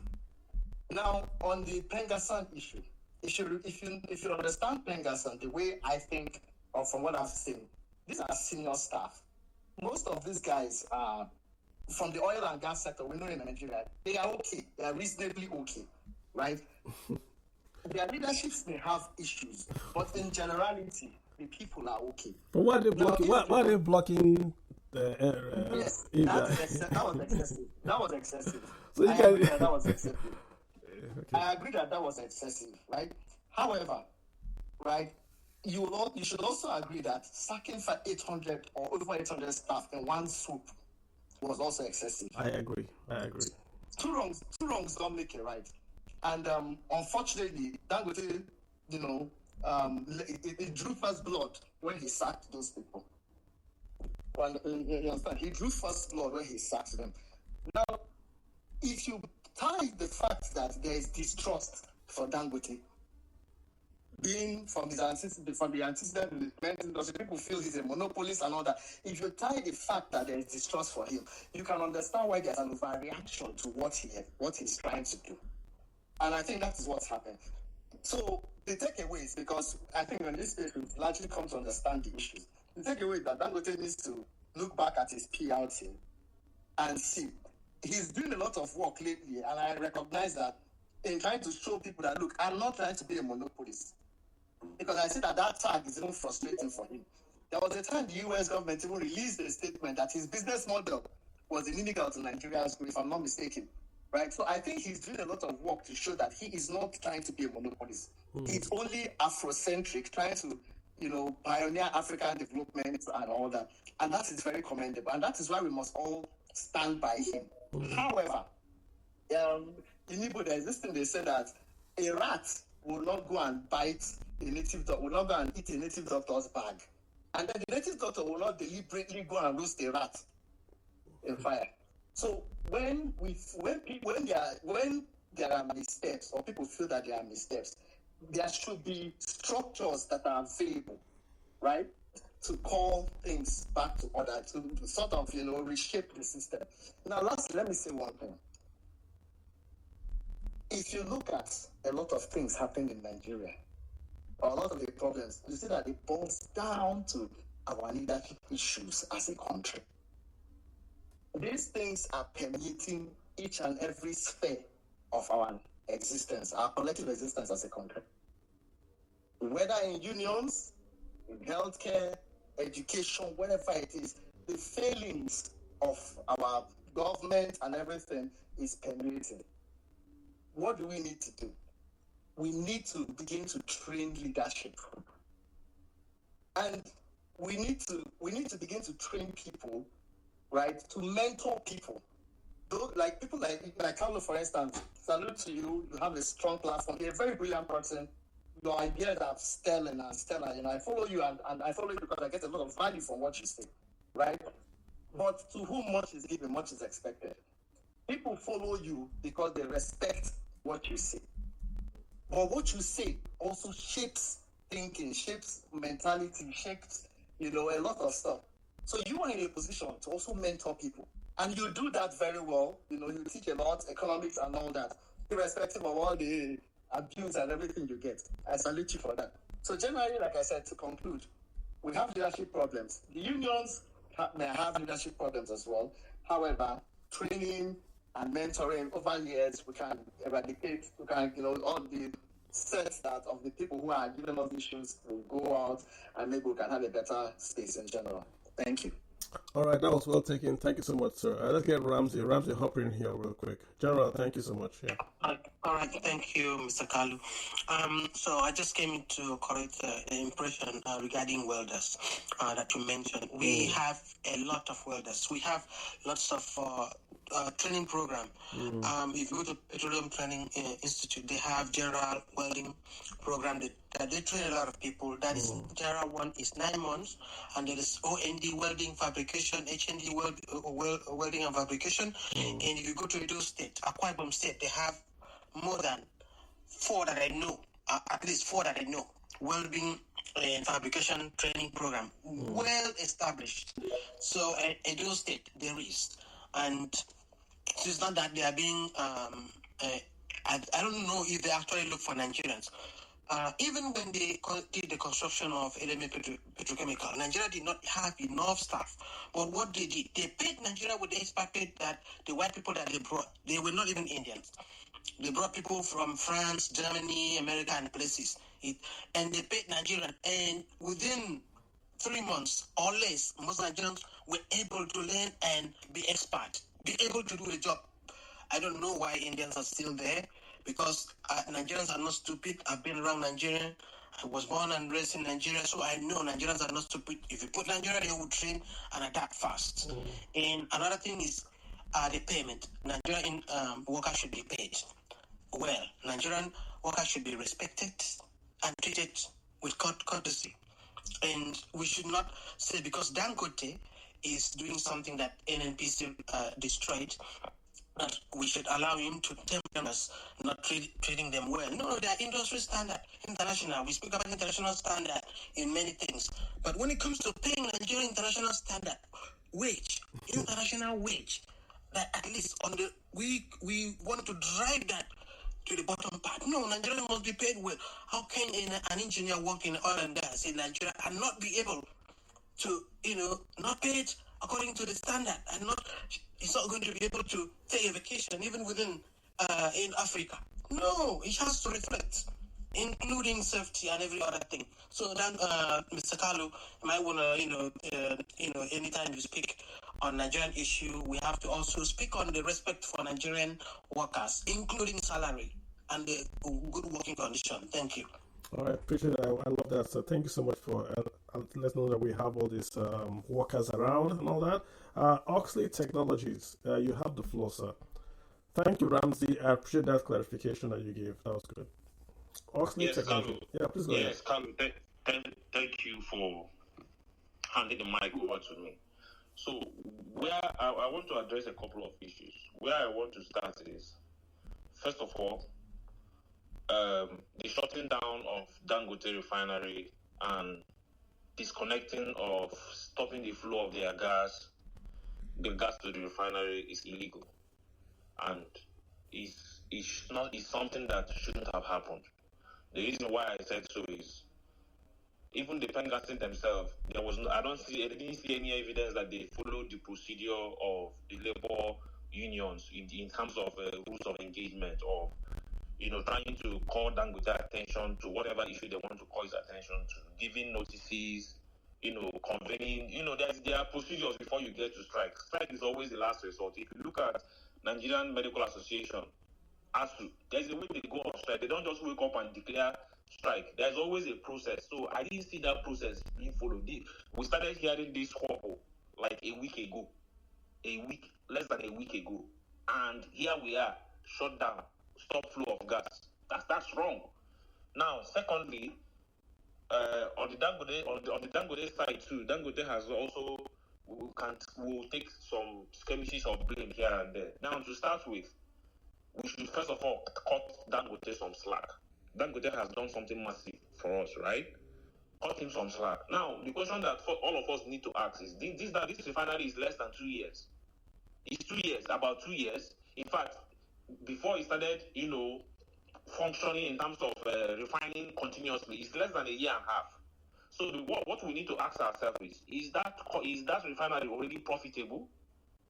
Yes, their assets will be amortized. Some of their loans are amortized to be paid over a period of time. But have we tried to, in the last 1.5 years, look at the books of Dangote? I don't know whether he has put his financial statement public and all of that. So, because if you're a staff of a company, your primary objective is, let my company succeed. Is my company profitable? This salary I'm drawing, where is it being drawn from? This company, are they in a good financial position for me to, first of all, be continuously drawing my current salary and now make demand for a higher salary? We all work. You see, let's look at the banking industry in Nigeria as an example. The banking industry is an industry that has so much pride that it became a model for almost every other industry. Who is talking about strike in the banking industry today, or whether you belong to a union or you don't belong to a union? There are about 24, 25 banks in Nigeria today. Who is talking about strike? It's only one bank. I don't know whether I should mention their name. It's only one bank that I know that their staff join unions, and they are allowed to, at the point of your employment, they will ask you, do you want to be part of union? If you say yes, it's optional. they will sign you on, and the union will be debiting you every month for their levies or what their union fee.